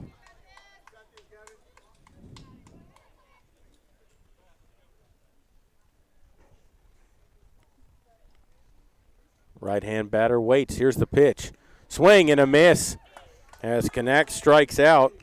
5 strikeouts now in the ball game for Farrell, and there's 1 away. Runner still at second base, and it'll bring up Thomas Pardo. Pardoe struck out and reached on an E6. He's also stolen a base. He's 0 for 2 officially in the ball game. Look for him to hit one to the right side here. And that pitch is in the dirt, and that's going to get the runner to move up. The catcher kept it in front of him, but it bounced away far enough, and a good heads-up play by Gonzalez to take off, and he gets to third with 1 out. Pardoe does a good job hitting the ball to the right side. Likes to hit it the other way, and a good opportunity. If he does it again right now, even if it's just a ground ball, we can get that next run across. And the infield's going to pull in for this one.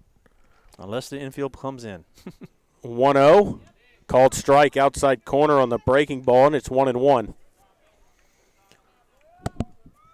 Well, and with a drawn-in infield here, if you hit one sharply, they don't have a lot of time to react. Outside with the breaking ball that time, 2-1. Tried that same pitch. He just missed off the plate that time.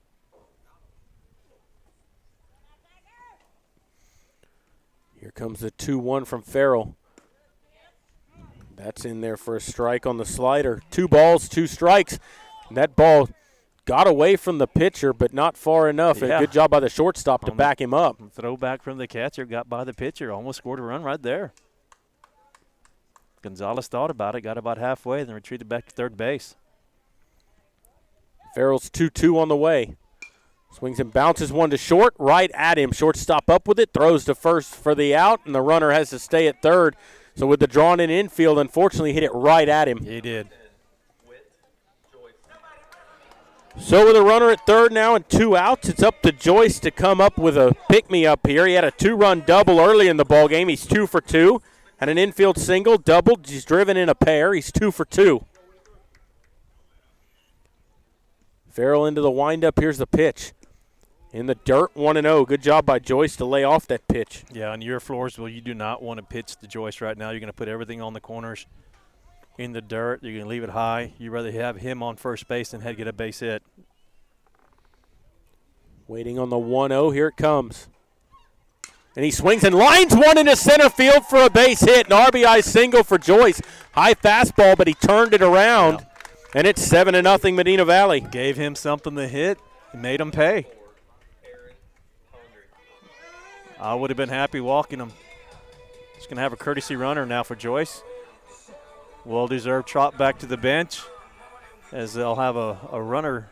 Who will it be this time?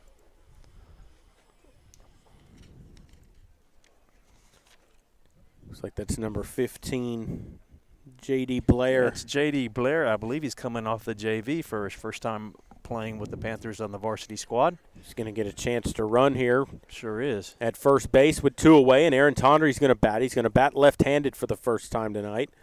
Tondry's grounded out to second, had an RBI single. He's 1 for 2. He's also stolen a base. Throw over to first, pushes Blair back. Not scared to get a big lead over at first base. He had 4 steps, got back in time. Just got back in time. Yeah, just got back in time.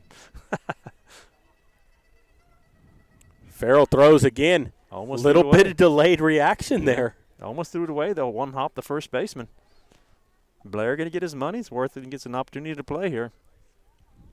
Get the uniform dirty at least. Yep. Pitch on the way, swings and fouls one back to the screen. Big old cut by Tondry there. 0-2.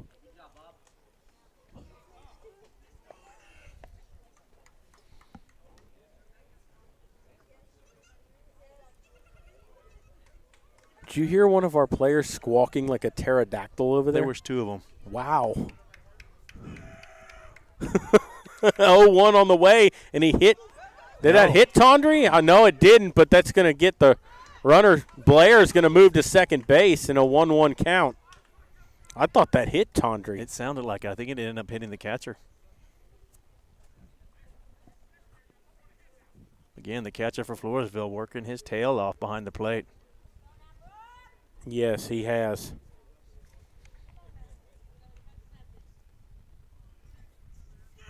One. Thought about it, laid off a high fastball, 2-1. That's the, he rung up Garst earlier on a check swing that was almost the same check swing. Waiting for the 2-1. Pitch on the way, and there's a swing and a foul down the left field line. 2-2 on Tondry. I'm surprised the umpire hasn't stopped the game. There's a car in right field with the lights on.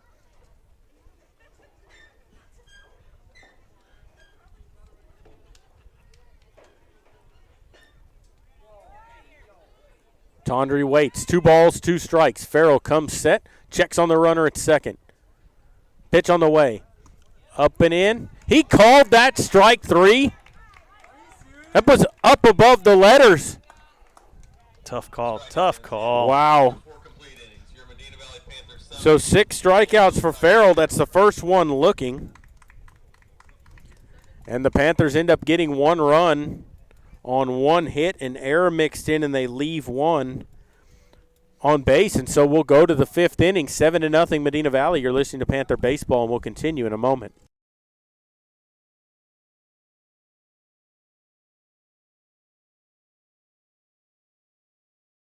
Why buy a used car when you can buy a new car for less at North Park Chevrolet, San Antonio's highest-rated Chevrolet dealer? Get low posted pricing on the 2021 Equinox, posted at $19,999. The 2021 Traverse, posted at $28,999. The 2021 Silverado, posted at $30,999. Or get $17,000 off the all-electric Bolt. Experience Chevrolet, the North Parkway, 10 minutes outside Loop 410 in Castroville, or at npchevy.com.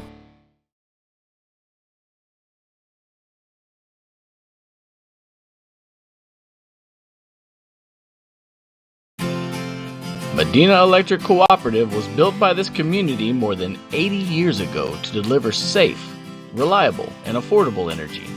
We are proud to serve this community beyond the power lines. You can find us supporting your kids' Little League, sponsoring school events, hosting safety presentations, and more. We're honored to belong to this community. Keep up with Medina Electric from the power lines to the sidelines on social media or at medinaec.org.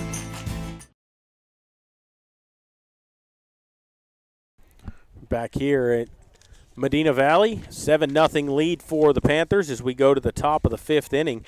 It'll be the top of the order for the Tigers due up. It'll be LaFleur, Freeman, and Cardenas to face Gutierrez. Leading off at the top of the 5th, the left fielder, number 14, Gavin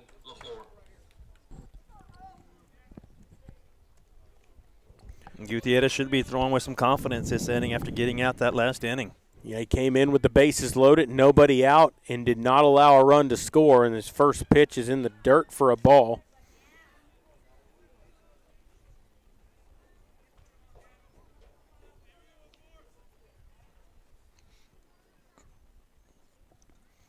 Ready for the 1-0. It's on the way. That's down low, 2-0. LaFleur in the ball game's flown out to left and walked. He's 0 for 1.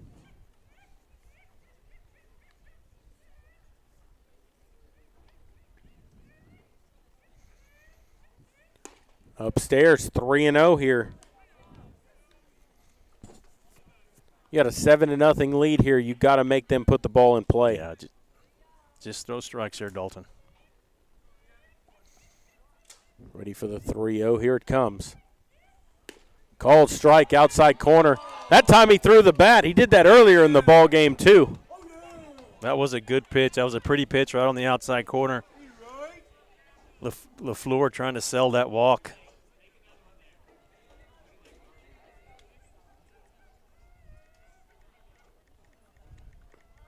Waiting for the 3-1. Gutierrez kicks and brings it. That's a strike on the outside corner. And the count's full, 3-2. Gutierrez working himself back in this count here. Waiting on the 3-1. 3-2 pitch. There it is. Called strike 3 over the outside corner. Pitch. He flipped the bat twice. Thought he had a walk. This beautiful pitch. That was a better pitch than the previous pitches. So Gutierrez has faced 4 batters. He struck out 3 of them. That's the first one looking, and that'll bring up Preston Freeman with nobody on and 1 away.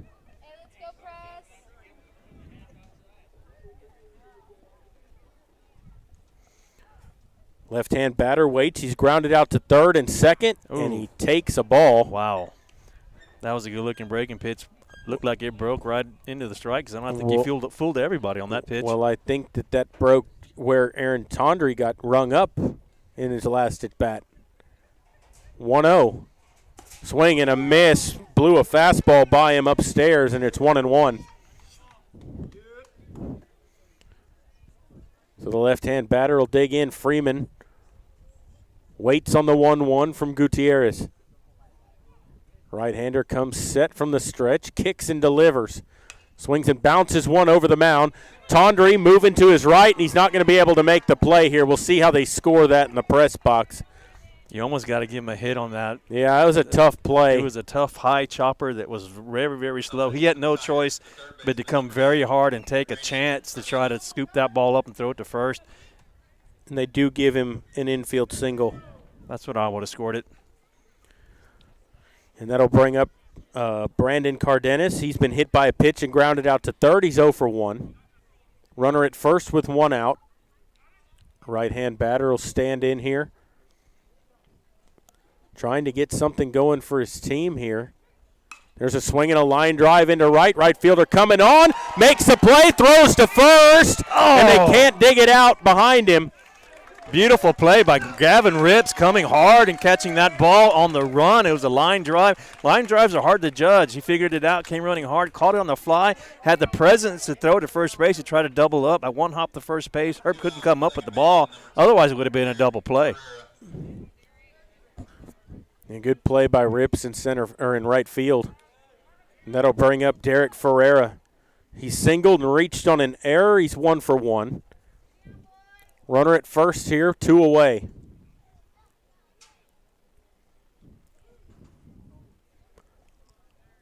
Pitch on the way. There's a curveball hit on the ground to Tondry. He'll go the short way to second. 6-4 for the put out on the fielder's choice. And the side has been retired. And they get no runs on 1 hit, and they leave 1 on base. And so we'll go to the bottom of the 6th, 7-0 Medina Valley. You're listening to Panther Baseball, and we'll continue in a moment. Peerless Equipment, your South Texas irrigation experts. Peerless Equipment specializes in sales and service of irrigation equipment to the agricultural and wildlife industries. This includes hose reels, big guns, pivot systems, underground pipelines, turbine well pumps, booster pumps, motors, valves, and an inventory of much more. Stop by one of their locations in Hondo and Pearsall, or give them a call at 210-434-7867. Peerless Equipment, bringing water to you.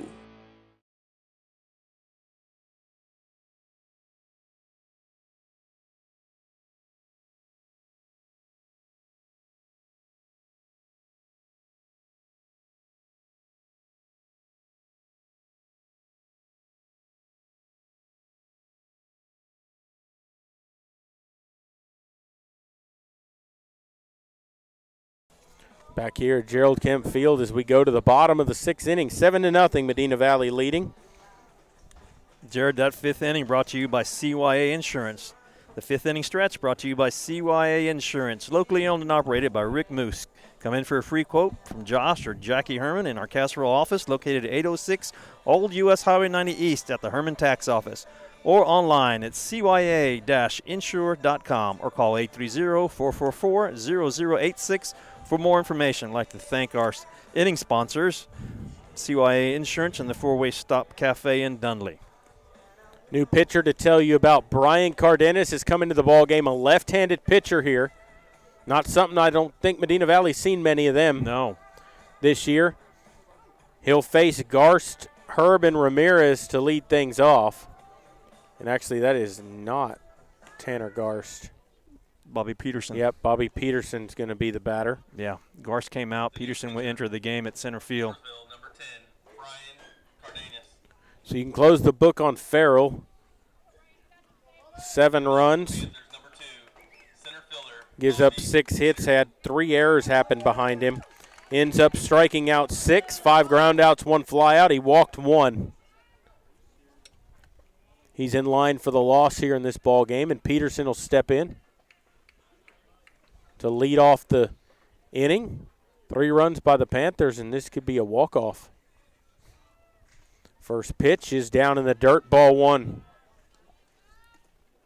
Cardenas still with a little velocity, about the same as Farrell was throwing, but just coming from the other side. Kind of has that Andy Pettit stare over the top of his glove. That's inside, sweeping curveball, 2-0. Kind of a three-quarter arm. He holds that glove right up to his face and just kind of stares over the glove. Oh, J.J. Marty. The 2-0 on the way. Inside corner called strike, 2-1.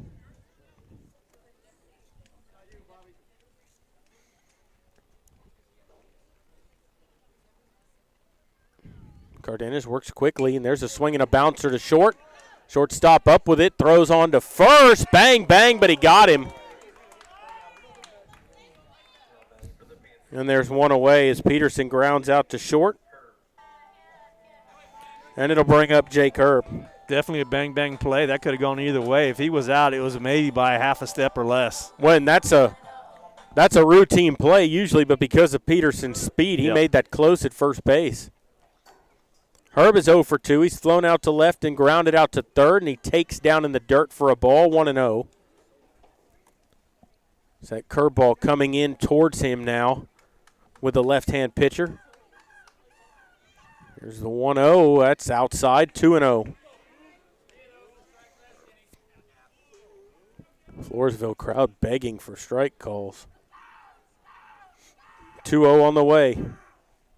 Swing and a miss. Took a big rip and came up empty. It's 2-1. It's one thing about Jake, when he swings the bat, he's not getting cheated. No, he doesn't get cheated. Outside, 3-1.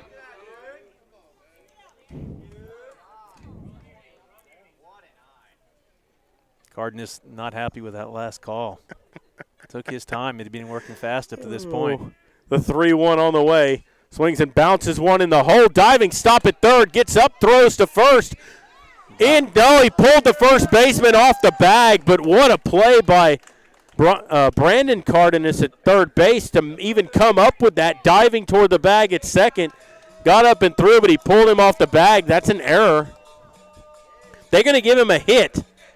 If the throw's on line, he's out. That's an E5 on the throw. That is an E5 on a throw. He pulled him off the base. I know he had to hurry his throw. Because the scoring decision is if the play could be made or not. If the throw's on line, he's out. As this is Manny Ramirez who takes a ball, 1-0. So there's a runner at first with one away.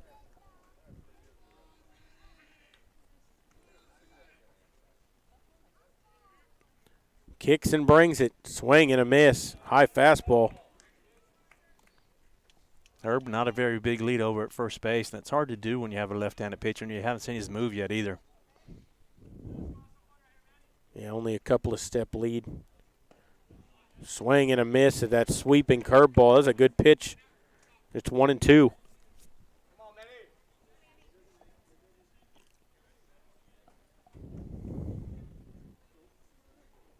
1-2 on the way. Down in the dirt, it gets away from the catcher, and that's going to allow Herb to go to second base on the pass ball. It scooted right between the pitcher's legs all the way to the wall back here. 2 balls, 2 strikes.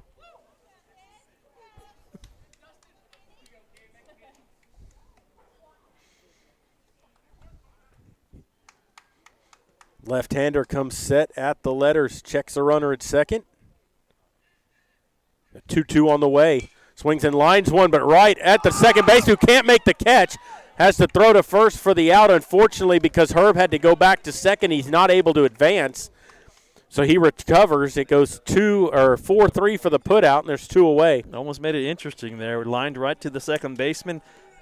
Hard shot that bounced out of his glove, able to recuperate, come up throwing, and get the out. Ball was struck hard. And they're going to get a pinch hitter, I think, right now. I think Dillard's going to come in and pitch hit for Gutierrez. So Connor Dillard. Yeah, was going to go in for Dalton, or at least pinch hit for him, or DH.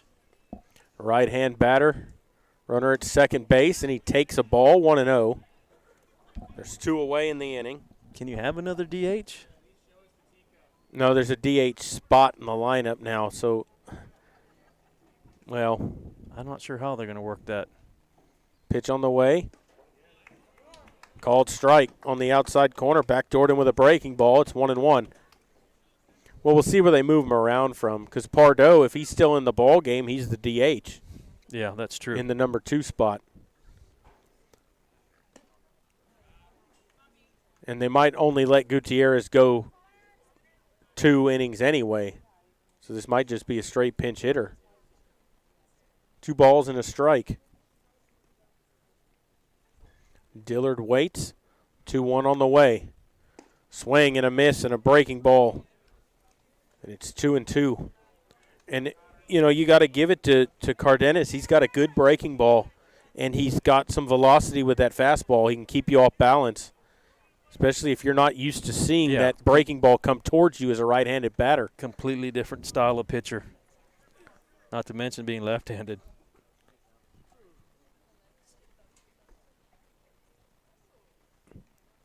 Two balls, 2 strikes. Pitch on the way. Ooh. Curveball outside. So a 3-2 count now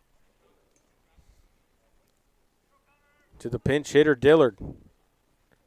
Waiting on the payoff. Checks the runner at second. Brings the 3-2. Swing and a miss. Got him. It's a straight changeup, it looked like, on the outside corner.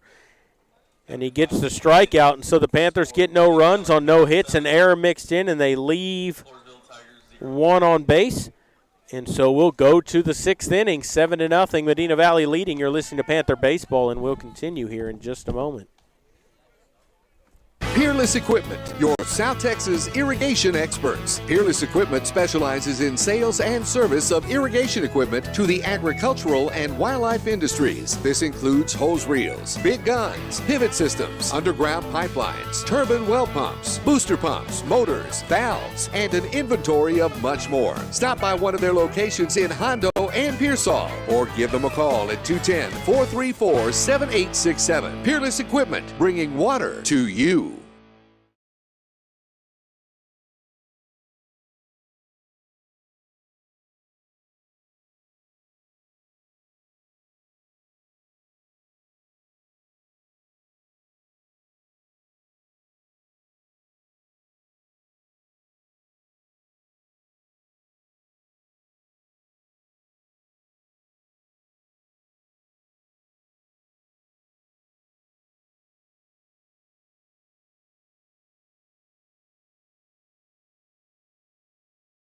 Back here at Gerald Kemp Field as we go to the 6th inning, 7-0 Medina Valley leading. It's going to be the 5, 6, 7 hitters due up as Gutierrez does stay in to pitch for the Panthers. Number 7, Jacob Trevino. So it'll be Trevino, Angle, and Villarreal. 5, 6, 7 hitters due up here in the inning. Floresville's got to do something here if they want to stay in this game at all. Yeah, you got 6 outs left to work with. Only 3 if the Panthers put up a 3 in the next inning, in the bottom of the inning. And there's a swing and a bouncer to third. Third baseman plays it off his chest, recovers, throws to first. No, he didn't dig it out, and the umpire signaled out, but then had to correct himself because Herb could not pick it out on the backhand. Up next, number 12. That's going to go as an error. And obviously, he would have been out if he'd hold on to the ball, but that's got to be on the throw. Well, and then Ramirez, if he would have fielded it cleanly, which he didn't, he wouldn't have had to rush his throw the way he did. So Trevino aboard on an E5 to start the inning. And they're going to have a courtesy runner for Trevino.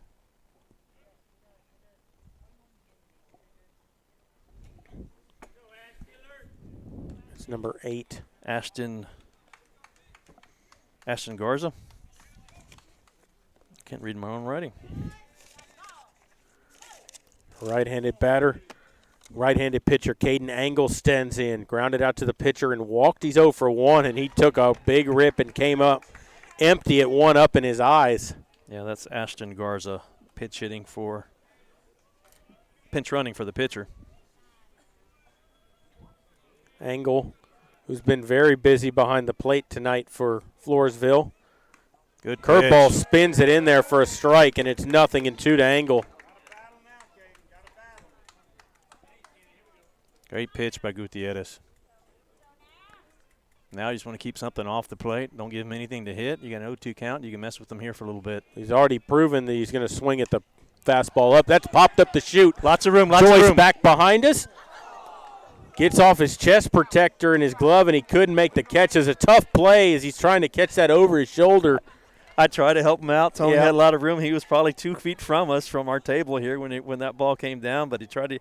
It had a lot of backspin, hit him on the chest as it came down, and he knew it. He should have had that one. It's still 0-2 to Angle. So Gutierrez went breaking ball there, and he popped him up. He's got to come with that fastball upstairs here. Called strike 3. Threw him a two-seamer down around the knees. Good pitch. Fooled him. Everyone thought he was going to come back with the breaking ball. Threw a fastball right at the knees. Froze him. Fourth strikeout for Gutierrez. Second one looking. And there's one away, and it'll bring up Jacob Villarreal. He's grounded out to third and struck out, and he takes up and away a ball, 1-0. Runner at first with one away here in the top of the sixth. Yeah, that runner seems to be no threat at first. He's only taking a two-step lead. And they're not willing to try to manufacture anything. At this point, you need a big inning. You can't play for 1 or 2 runs here. You need a big inning. It's too late for small ball to get a run or two across. You've got to do it now. You've got to score a bunch. You got to get runners on base, play it smart. Last pitch was fouled away. It's 1-1 here. This is the second time through the order now for Gutierrez. He came in and faced Villarreal as his first batter. A swing and a miss at a fastball up, and it's 1-2. Gutierrez seemed like he's getting velocity as he goes along in the game. Yeah, he's getting stronger as he goes through the ball game here. A lot of it has to be with confidence, be able to reach back and throw that ball, know it's going to be a strike. 1-2 here. Kicks and brings it. Ooh, threw it behind it, hit him. And so a hit by pitch. Hit him in the ankle. And by the way, Jared, hit by pitches are sponsored. Up next, number 5, Brooks Farrell. I believe that's Hazel Russell Insurance. Sponsors all the hit by pitches for Panther baseball this year.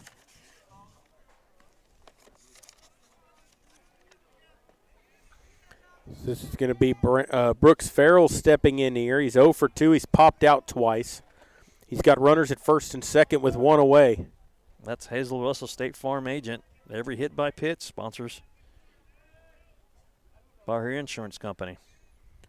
Pitch on the way. Swung on and fouled back into the screen. It's 0-1 to Farrell. Hazel Russell, State Farm agent, located 1103 Highway 90 West in Castroville. And there's been 2 hit by pitches.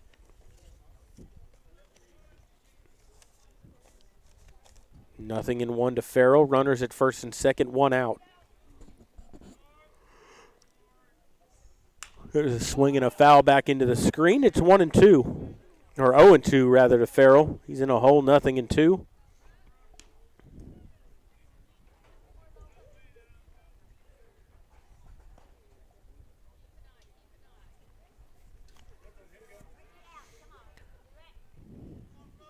Dalton stares in. Has his sign from Joyce. He checks the runner at second. Pitch on the way. Swings and fists one out towards right. No man's land. That's going to drop for a base hit, and the bases are going to be loaded with one away. I mean, he got jammed right there and just managed to fight it off and dump it out into no man's land. I don't even think it reached the grass. It was behind first base, and it just spun over the first baseman's head. One hop to the right fielder, who was Gavin Rips, who was coming hard on that. Well, make the play. And here you go, Dwayne. Bases loaded, 1 out. This is their chance here. And here's Ian Rivera, who struck out twice tonight. We'll see if Gutierrez can give him the hat trick. Pitch on the way. High, a ball, 1-0. Rivera struck out looking and swinging. He's got the bases loaded with 1 out. Yeah, double play gets you out of the inning. Corner infield plays on the grass. Middle infield plays back. That's high, 2-0. Yeah.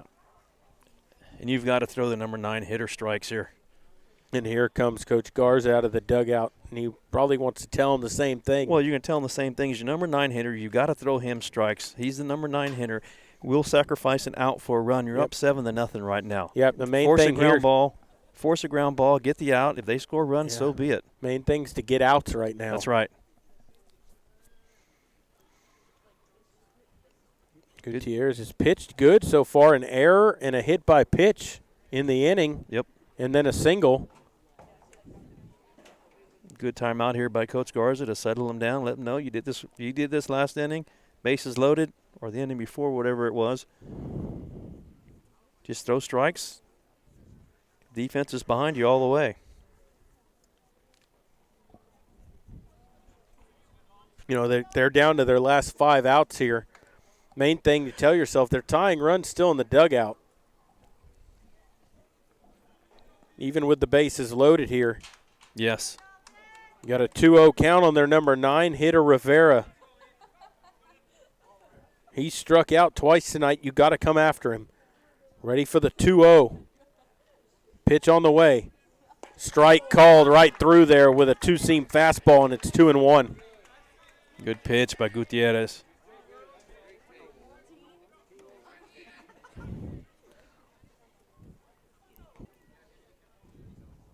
Left-hander waves that bat around.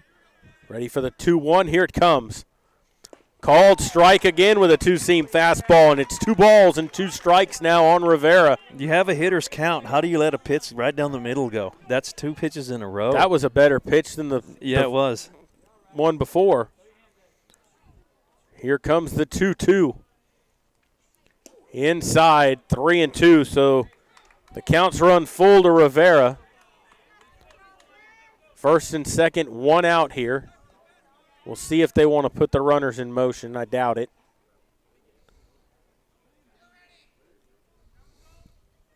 Pitch on the way. Swing and a miss. He struck him out. The hat trick for Rivera. His 3rd strikeout of the night. 5 strikeouts for Gutierrez, and there's 2 away. Great pitch. That'll bring up LaFleur, who's 0 for 2. Flown out, walked, and struck out looking. Gutierrez just challenged him with fastballs right down the middle and got him. Bases loaded, 2 away. Still 7-0 Medina Valley. First pitch is swung on, hit on the ground is short. Just need 1. Tondre up with it, flips it to the second baseman Gonzalez, and the side's been retired. Fielder's choice goes 6-4, and Gutierrez again gets out of a bases loaded jam. And they get no runs on 1 hit, an error mixed in, and they leave the bases loaded. They left 10 on base tonight.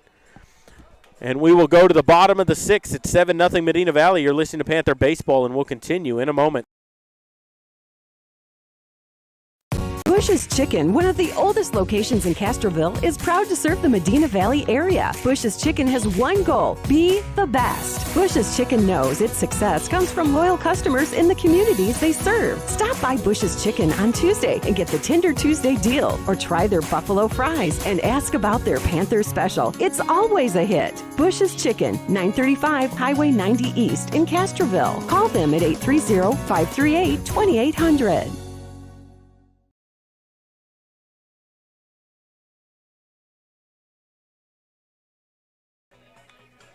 We're back here at Gerald Kemp Field as we go to the bottom of the 6th, 7-0 Medina Valley, and it'll be Brian Cardenas to stay in to pitch here. He'll be facing the 9-1-2 hitters here in the lineup for Medina Valley.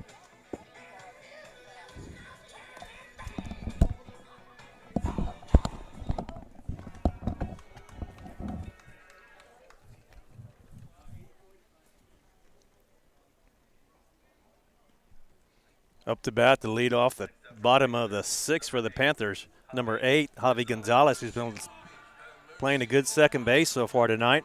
Struck out the first time up the bat. Second time up the bat, he got on an error. So far he's 0 for 2, but he has reached. Come off the bat with a 7-0 lead. The lefty Cardenas for the Tigers is still on the mound. Pitching from the windup. First pitch to Gonzalez is a curveball that breaks down, stays low for a ball. So 1-0 to Gonzalez. 1-0 is on the way. It's going to curve another curveball that breaks in there for a strike. That'll even the count at 1-1.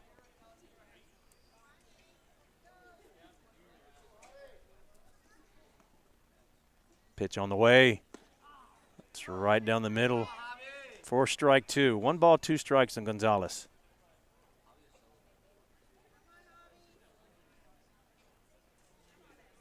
Cardenas from the windup. Gonzalez calls time, steps out. Steps back in. Pitch on the way. Stays outside. That'll even the count at 2-2.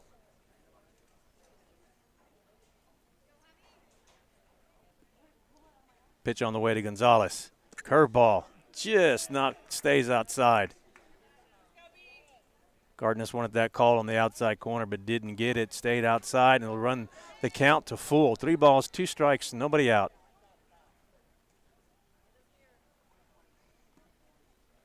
Pitch on the way for Cardenas. On the corner for strike 3. Called strikeout for the first at bat for the Panthers here in the bottom of the 6th. And that'll bring the Panthers back to the top of the order. The leadoff batter, number 7, Gavin Kanak, who was playing center field, has now moved over to left field. Kanak, right-handed batter, steps in. It's gotten on an error. It's hit a double and struck out last time up the bat. First pitch is a curveball, breaks on the outside corner for strike 1. So 0-1 count on Kanak.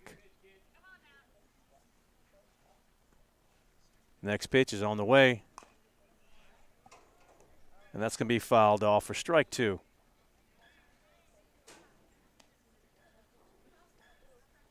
So real quick 0-2 count on Kanak. Panthers with 1 out. Holding on to a 7-0 lead here in the bottom of the 6th inning. Cardenas from the windup again. Pitches on the way to Kanak. Stays outside. Will be the first ball to Kanak. 1 ball, 2 strikes.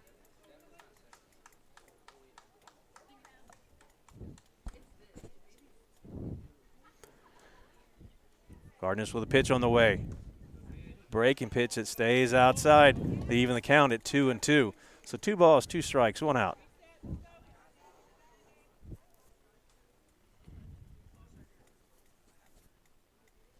Kanak steps back in. Pitch on the way. Swing and a miss for strike 3. So 2 strikeouts in a row for Cardenas. That'll bring up the bat number 5, Garrett Neighbors, who steps in, takes the place of Thomas Pardo. Neighbors got a start on Friday night and did well in his start. Let's see if he can keep his momentum going here.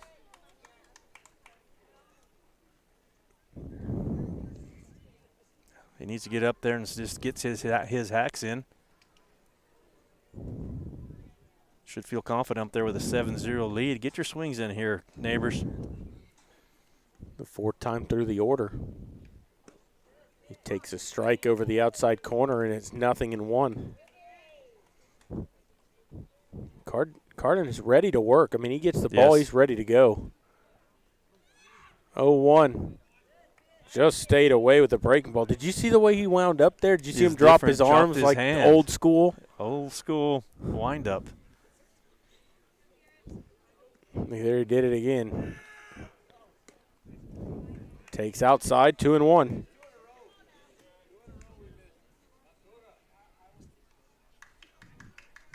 Maybe keep your hands together and you hit the plate. 2-1 on the way. Ooh, we had Neighbors flailing at a breaking ball in the outside corner, and it's 2-2. He changed back to his old style windup, or back to the original windup he had today. 2 balls, 2 strikes. Into the windup. Here it comes. Neighbors swings and struck him out. I thought maybe he got a piece of it, but he didn't. Struck out the side. The score after 6 complete innings. Yep. 1, 2, 3 go the Panthers. 3 strikeouts. That's 4 by Cardenas in the ball game, and we'll go to the 7th. Floresville down to the last 3 outs. They trail 7-0. You're listening to Panther Baseball, and we'll continue in just a moment.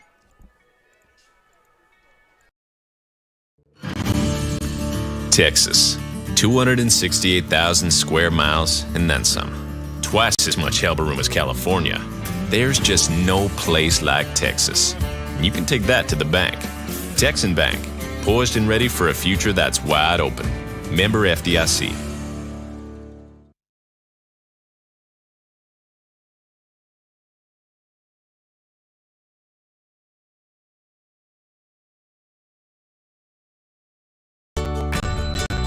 When you put money in our bank, you started a chain reaction. We made an auto loan. A local car dealer sold a car salesman got a commission, his wife bought groceries, the checker at the supermarket got a paycheck. You made that happen. Thanks. Come home to Castroville State Bank. Member FDIC. Visit us online at castrovillestatebank.com.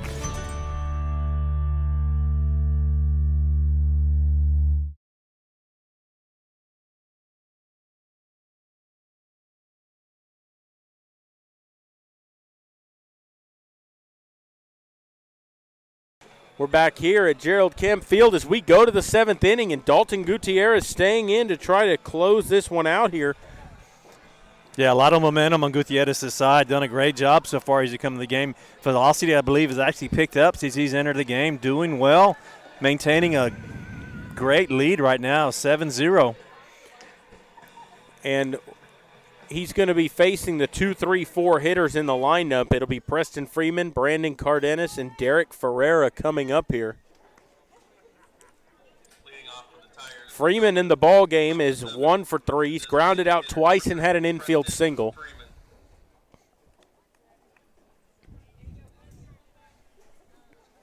He'll bat leading off here in the inning. And Floresville's main thing here is they need base runners, and a lot of them.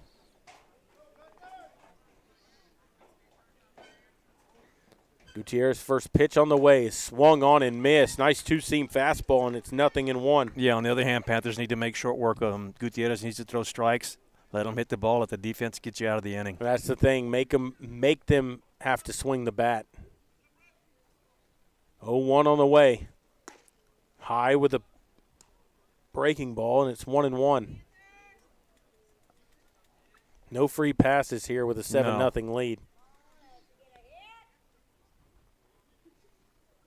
1-1 on the way. Down low, 2-1.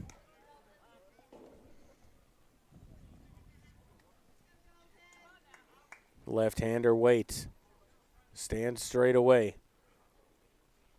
Swings that bat around. Now he's ready. Gutierrez kicks and delivers. Outside, 3-1. Just a little bit outside. Wasn't much off the plate. Yeah, he's got to come down with a good pitch here. His misses haven't been off by much. No. But not getting the benefit of any calls here. It's 3-1. 3-1 on the way. Started after it, laid off, and he walked him. So a leadoff walk with a 7-0 lead in the last inning. First walk issued by Gutierrez, and it'll bring up Brandon Cardenas, who's 0 for 2. He's been hit by a pitch. Grounded out and flew out. Runner at first with nobody out. Double play'd be nice here. That'd be great right now. You know, you want to play strong here at the Panthers, even though they do, you know, they score a run or so. You want to take the momentum so far into the next game. Hopefully you'll come out a win here, but if you do, you want to get the momentum going to the next win. So you got to play tough here. That's outside for a ball, Will, and every time they bring another run to the plate, is a little more momentum and a little more confidence you're giving back to them. Right. You're going to see this team again. 1-0 on the way. Swung on, popped up high, right side, shallow right field. Right fielder coming in, second baseman out, and Gonzalez makes the catch in the outfield grass, and there's one away. Gonzalez made a good play on that fly ball, but he needs to give that ball up to the right fielder who was waiting there. He'd come in and he had stopped. There was camped underneath it, but Gonzalez, I guess, called him off. Either way, Panthers get the out, 2 outs away from finishing this game.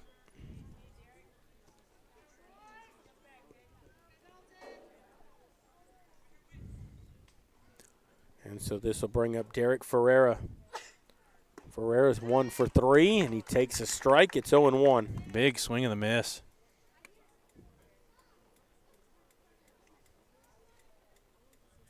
Here's where you want that double play ball. That's how you'll finish this game on a high note.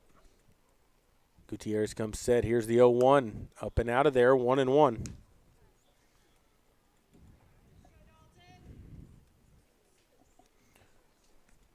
Ball and a strike here to their cleanup hitter, Ferreira. Runner at first with 1 out.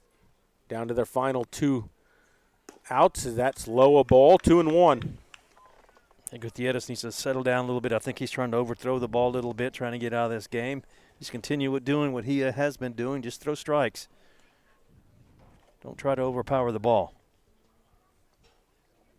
Ferreira waits on the 2-1. Trevino waiting on deck. Pitch on the way. Outside, 3-1.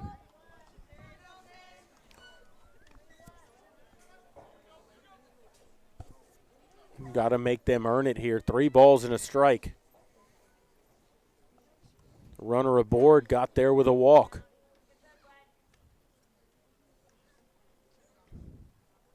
Checks that runner at first. And he's only got a 1-step lead over there. And there's a swing and a miss at ball 4. Took a big cut. Yeah, he got a little help on that one. That was upstairs, swung at it. Took a big rip, like you said, Jared. Payoff pitch coming up here. Dalton comes set. 3-2 on the way. Ooh, just missed down, and he walked him. So 2 walks here in the inning, and they have runners at first and second with 1 away, and it'll bring up the first baseman, Jacob Trevino.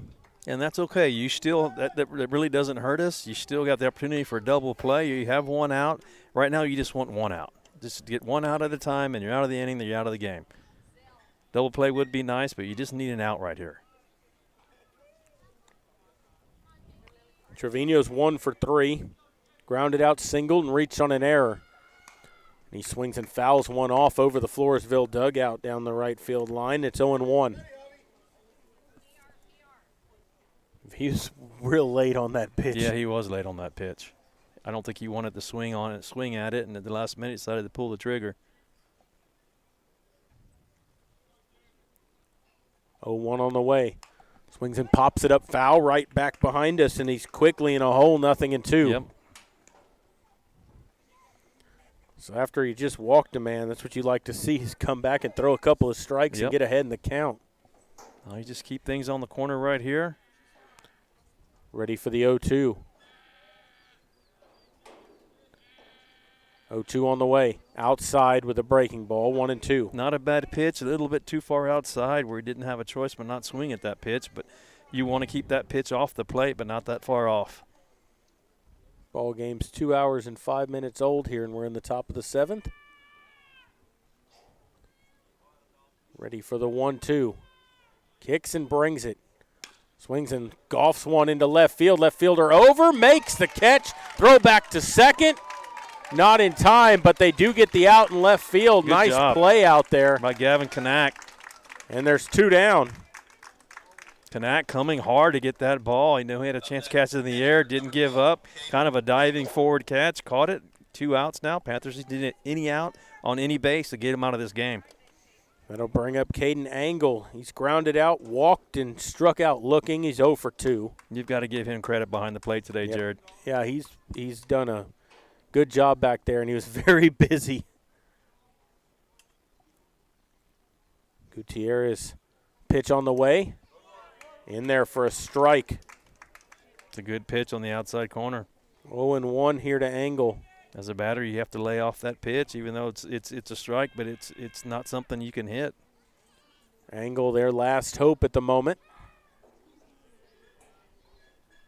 Ready for the 0-1. Here it comes. Curveball just missed away, and it's 1-1.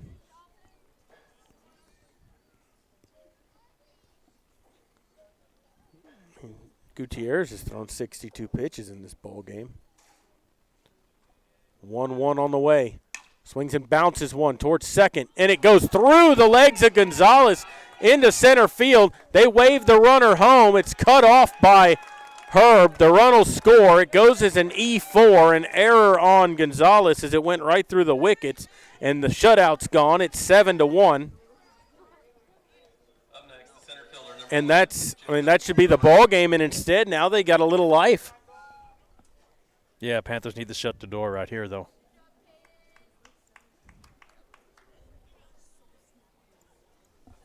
Ball was hit hard right to second base. Gonzalez booted that went right between his legs.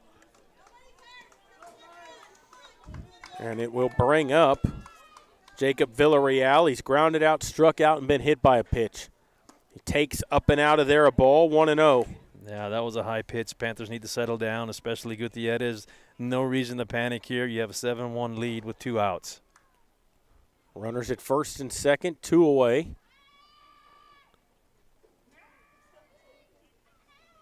That comes down and in. It's 2 balls and no strikes.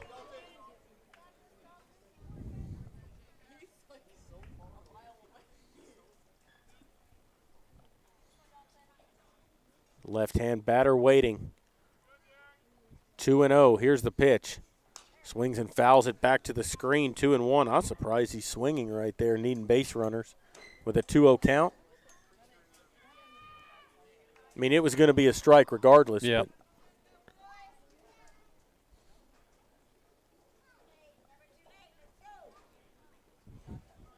2-1 on the way. Swings and pops it up. Near the Panther dugout. Third baseman over. Not going to be able to make the play. And it drops, and it's 2 balls, 2 strikes. Ball stayed in play, just couldn't get to it. Tigers have a little bit more life left in them. 2 balls, 2 strikes, 2 outs, and 2 on. Yep. A 7-1 ball game. Tying run still in the dugout, though. Yeah. Yeah, no reason to panic. 2 balls, 2 strikes. Gutierrez ready. Kicks and brings it. Swings and lines one into right center, and that's going to get down, and it's going to roll to the base of the wall. They're going to get a pair out of this. And Villarreal cruises into second with a 2-run double. That was a well-hit ball, the best hit of the night for the Tigers. It was crushed into the gap in right center. And it's 7-3. It was at the most opportune time, too, to get a couple of runs across. They gave that run to the Panthers instead. There it is. They're fixing it now. And this will bring up Brooks Farrell. Farrell's 1 for 3 in the ball game. He singled his last time up.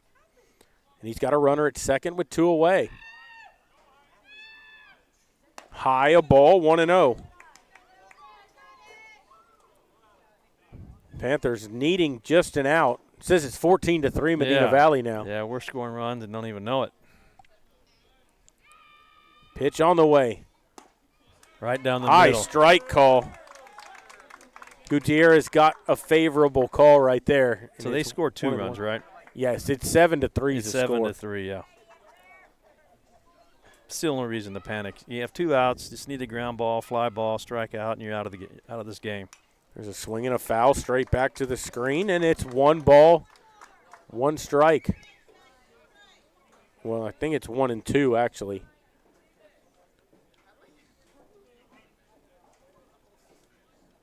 Scoreboard's all messed up now. now. Yeah. Ready for the 1-2. Here it comes.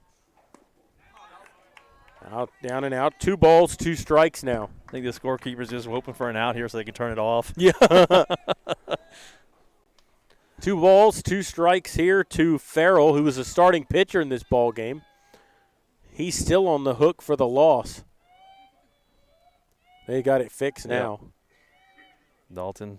He's changing up the signs. Telling Joyce to go on through the signs some more. Here's the 2-2. Swings and fouls it back into the screen to stay alive, and we'll do it again. At 2 balls and 2 strikes. Big pitch right here.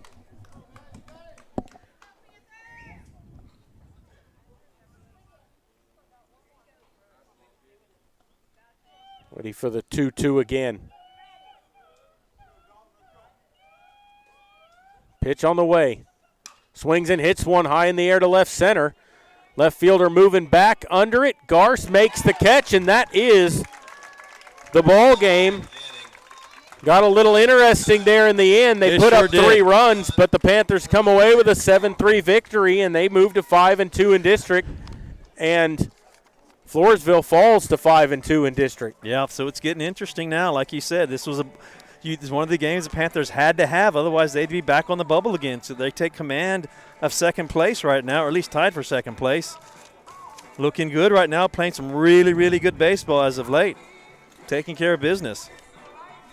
And we are going to take a break and come back with the final totals. You're listening to Panther Baseball, and we'll continue in just a moment.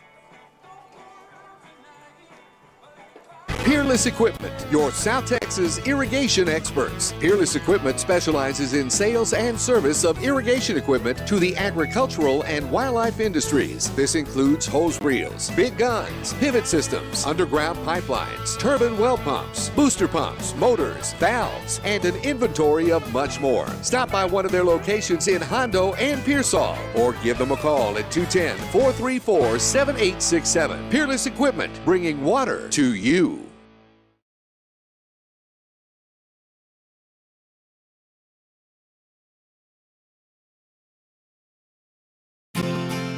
Medina Electric Cooperative was built by this community more than 80 years ago to deliver safe, reliable, and affordable energy. We are proud to serve this community beyond the power lines. You can find us supporting your kids' Little League, sponsoring school events, hosting safety presentations, and more. We're honored to belong to this community. Keep up with Medina Electric from the power lines to the sidelines on social media or at medinaec.org. Why buy a used car when you can buy a new car for less at North Park Chevrolet, San Antonio's highest rated Chevrolet dealer? Get low posted pricing on the 2021 Equinox, posted at $19,999. The 2021 Traverse, posted at $28,999. The 2021 Silverado, posted at $30,999. Or get $17,000 off the all-electric Bolt. Experience Chevrolet, the North Parkway, 10 minutes outside Loop 410 in Castroville, or at npchevy.com. Back here at Gerald Kemp Field, where Medina Valley completes a 7-3 win over the Floresville Tigers here to move to 5-2 in district. Floresville falls to 5-2, and the final totals look like this. Floresville 3 runs on 5 hits. They commit 2 errors. Big stat of the game, they leave 11 on base, 7 of those in scoring position. The loss goes to Brooks Farrell. For the Panthers, 7 runs on 8 hits. They commit 3 errors in the ball game. That's the only stat really that concerns me. That's needs to be cleaned up going forward. They leave 4 on base, and the win goes to Cologne.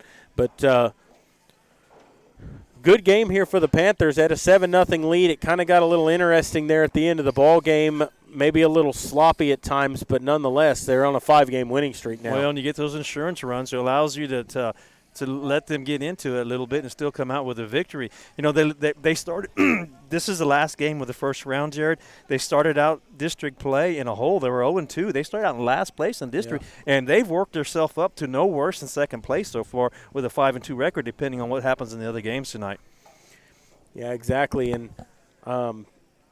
we start the second round starting on Friday against Southwest, and it'll be here at home on Friday against Southwest, 7 p.m. start, and they follow the rest of the rest of the way with the second round. And it's going to get real interesting here how it finishes out, because there's a lot of teams right now with 2 losses. Yeah, and that game against Southwest will be here at home. It'll be live here on the Medina Valley Broadcast Network, so tune in and listen. The girls' game, I believe, will be home as well, right over the way here.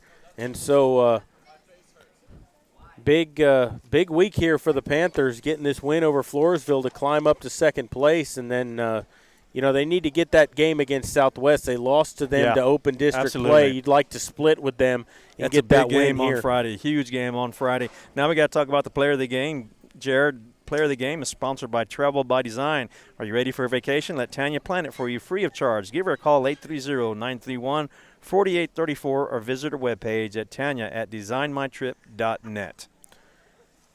And sell me, Jared. Who's your player of the game? My player of the game is Dalton Gutierrez, because he came into this ball game. Well, he played a good third base early in the ball game, but the big thing to me is that he comes into the ball game in the fourth inning with a 6-0 lead. The bases are loaded. There's nobody out, and he gets out of it without allowing a run to score. And that was a big turning point in this ball game, because if Floresville gets 2 or 3 runs across right there, this is a completely different ball game going forward. And he shut them down right there, got 2 strikeouts in that inning. And I think that if he doesn't come in and make that happen, this game could easily have been a lot closer and could have easily went a different way. You're absolutely correct, and I agree with you 100%. Dalton Gutierrez is our player of the game. Not only that, he actually got a base hit. I think it helped score that first run, or one of the runs earlier in the game. So he had an overall great game. He had a good game at third base. He had a good game at the plate, and he had a great game on the mound. So, our player of the game is Dalton Gutierrez. Yeah, Medina Valley came up with some timely hitting again in this ball game when they needed some pick-me-ups. They got them with Joyce coming through with some 2-out RBIs. I think he drove in 3 in this game. And let's not forget about Kristen Colon, who started out and had a great few innings. He slowed down a little bit, and then Dalton Gutierrez came in and shut the door on him. Yeah, and just a good game for the Panthers. Like I said, the only thing that concerns me is that error line. But, they hadn't committed any in the last couple of games, so hopefully they'll clean that up. But when you have a 7-0 lead, you can get a little complacent. It's easy to do things like that. Panthers playing good baseball. Started out 0-2 and have won 5 district games in a row, so playing good ball right now. If you're around to listen to Friday's game or come out to the ball field, you ought to see another great game. Panthers got a rematch with the Southwest Dragons, who beat them the first time around. Yep, and I'd like to take a chance to thank the sponsors for making it possible to bring you these games here on the Medina Valley Broadcast Network. As always, if it wasn't for you guys, we wouldn't be able to do this, and we appreciate all the sponsors that we have. We'd like to thank our title sponsor, North Park Chevrolet, who sponsors all of Panther Baseball, is our title sponsor for Panther Baseball, and they've been sponsoring all of the title sponsor for all of Medina Valley sports so far this year. So hats off to them. Yes, for sure. And also make sure you tune in on Friday night when Medina Valley takes on Southwest. It's a 7 o'clock start. They'll be on the air at 6:45. So a 7-3 final score here tonight. The Panthers get the win over Floresville. So for the Medina Valley Broadcast Network and Dwayne Garza, I'm Jared Lucky saying good night.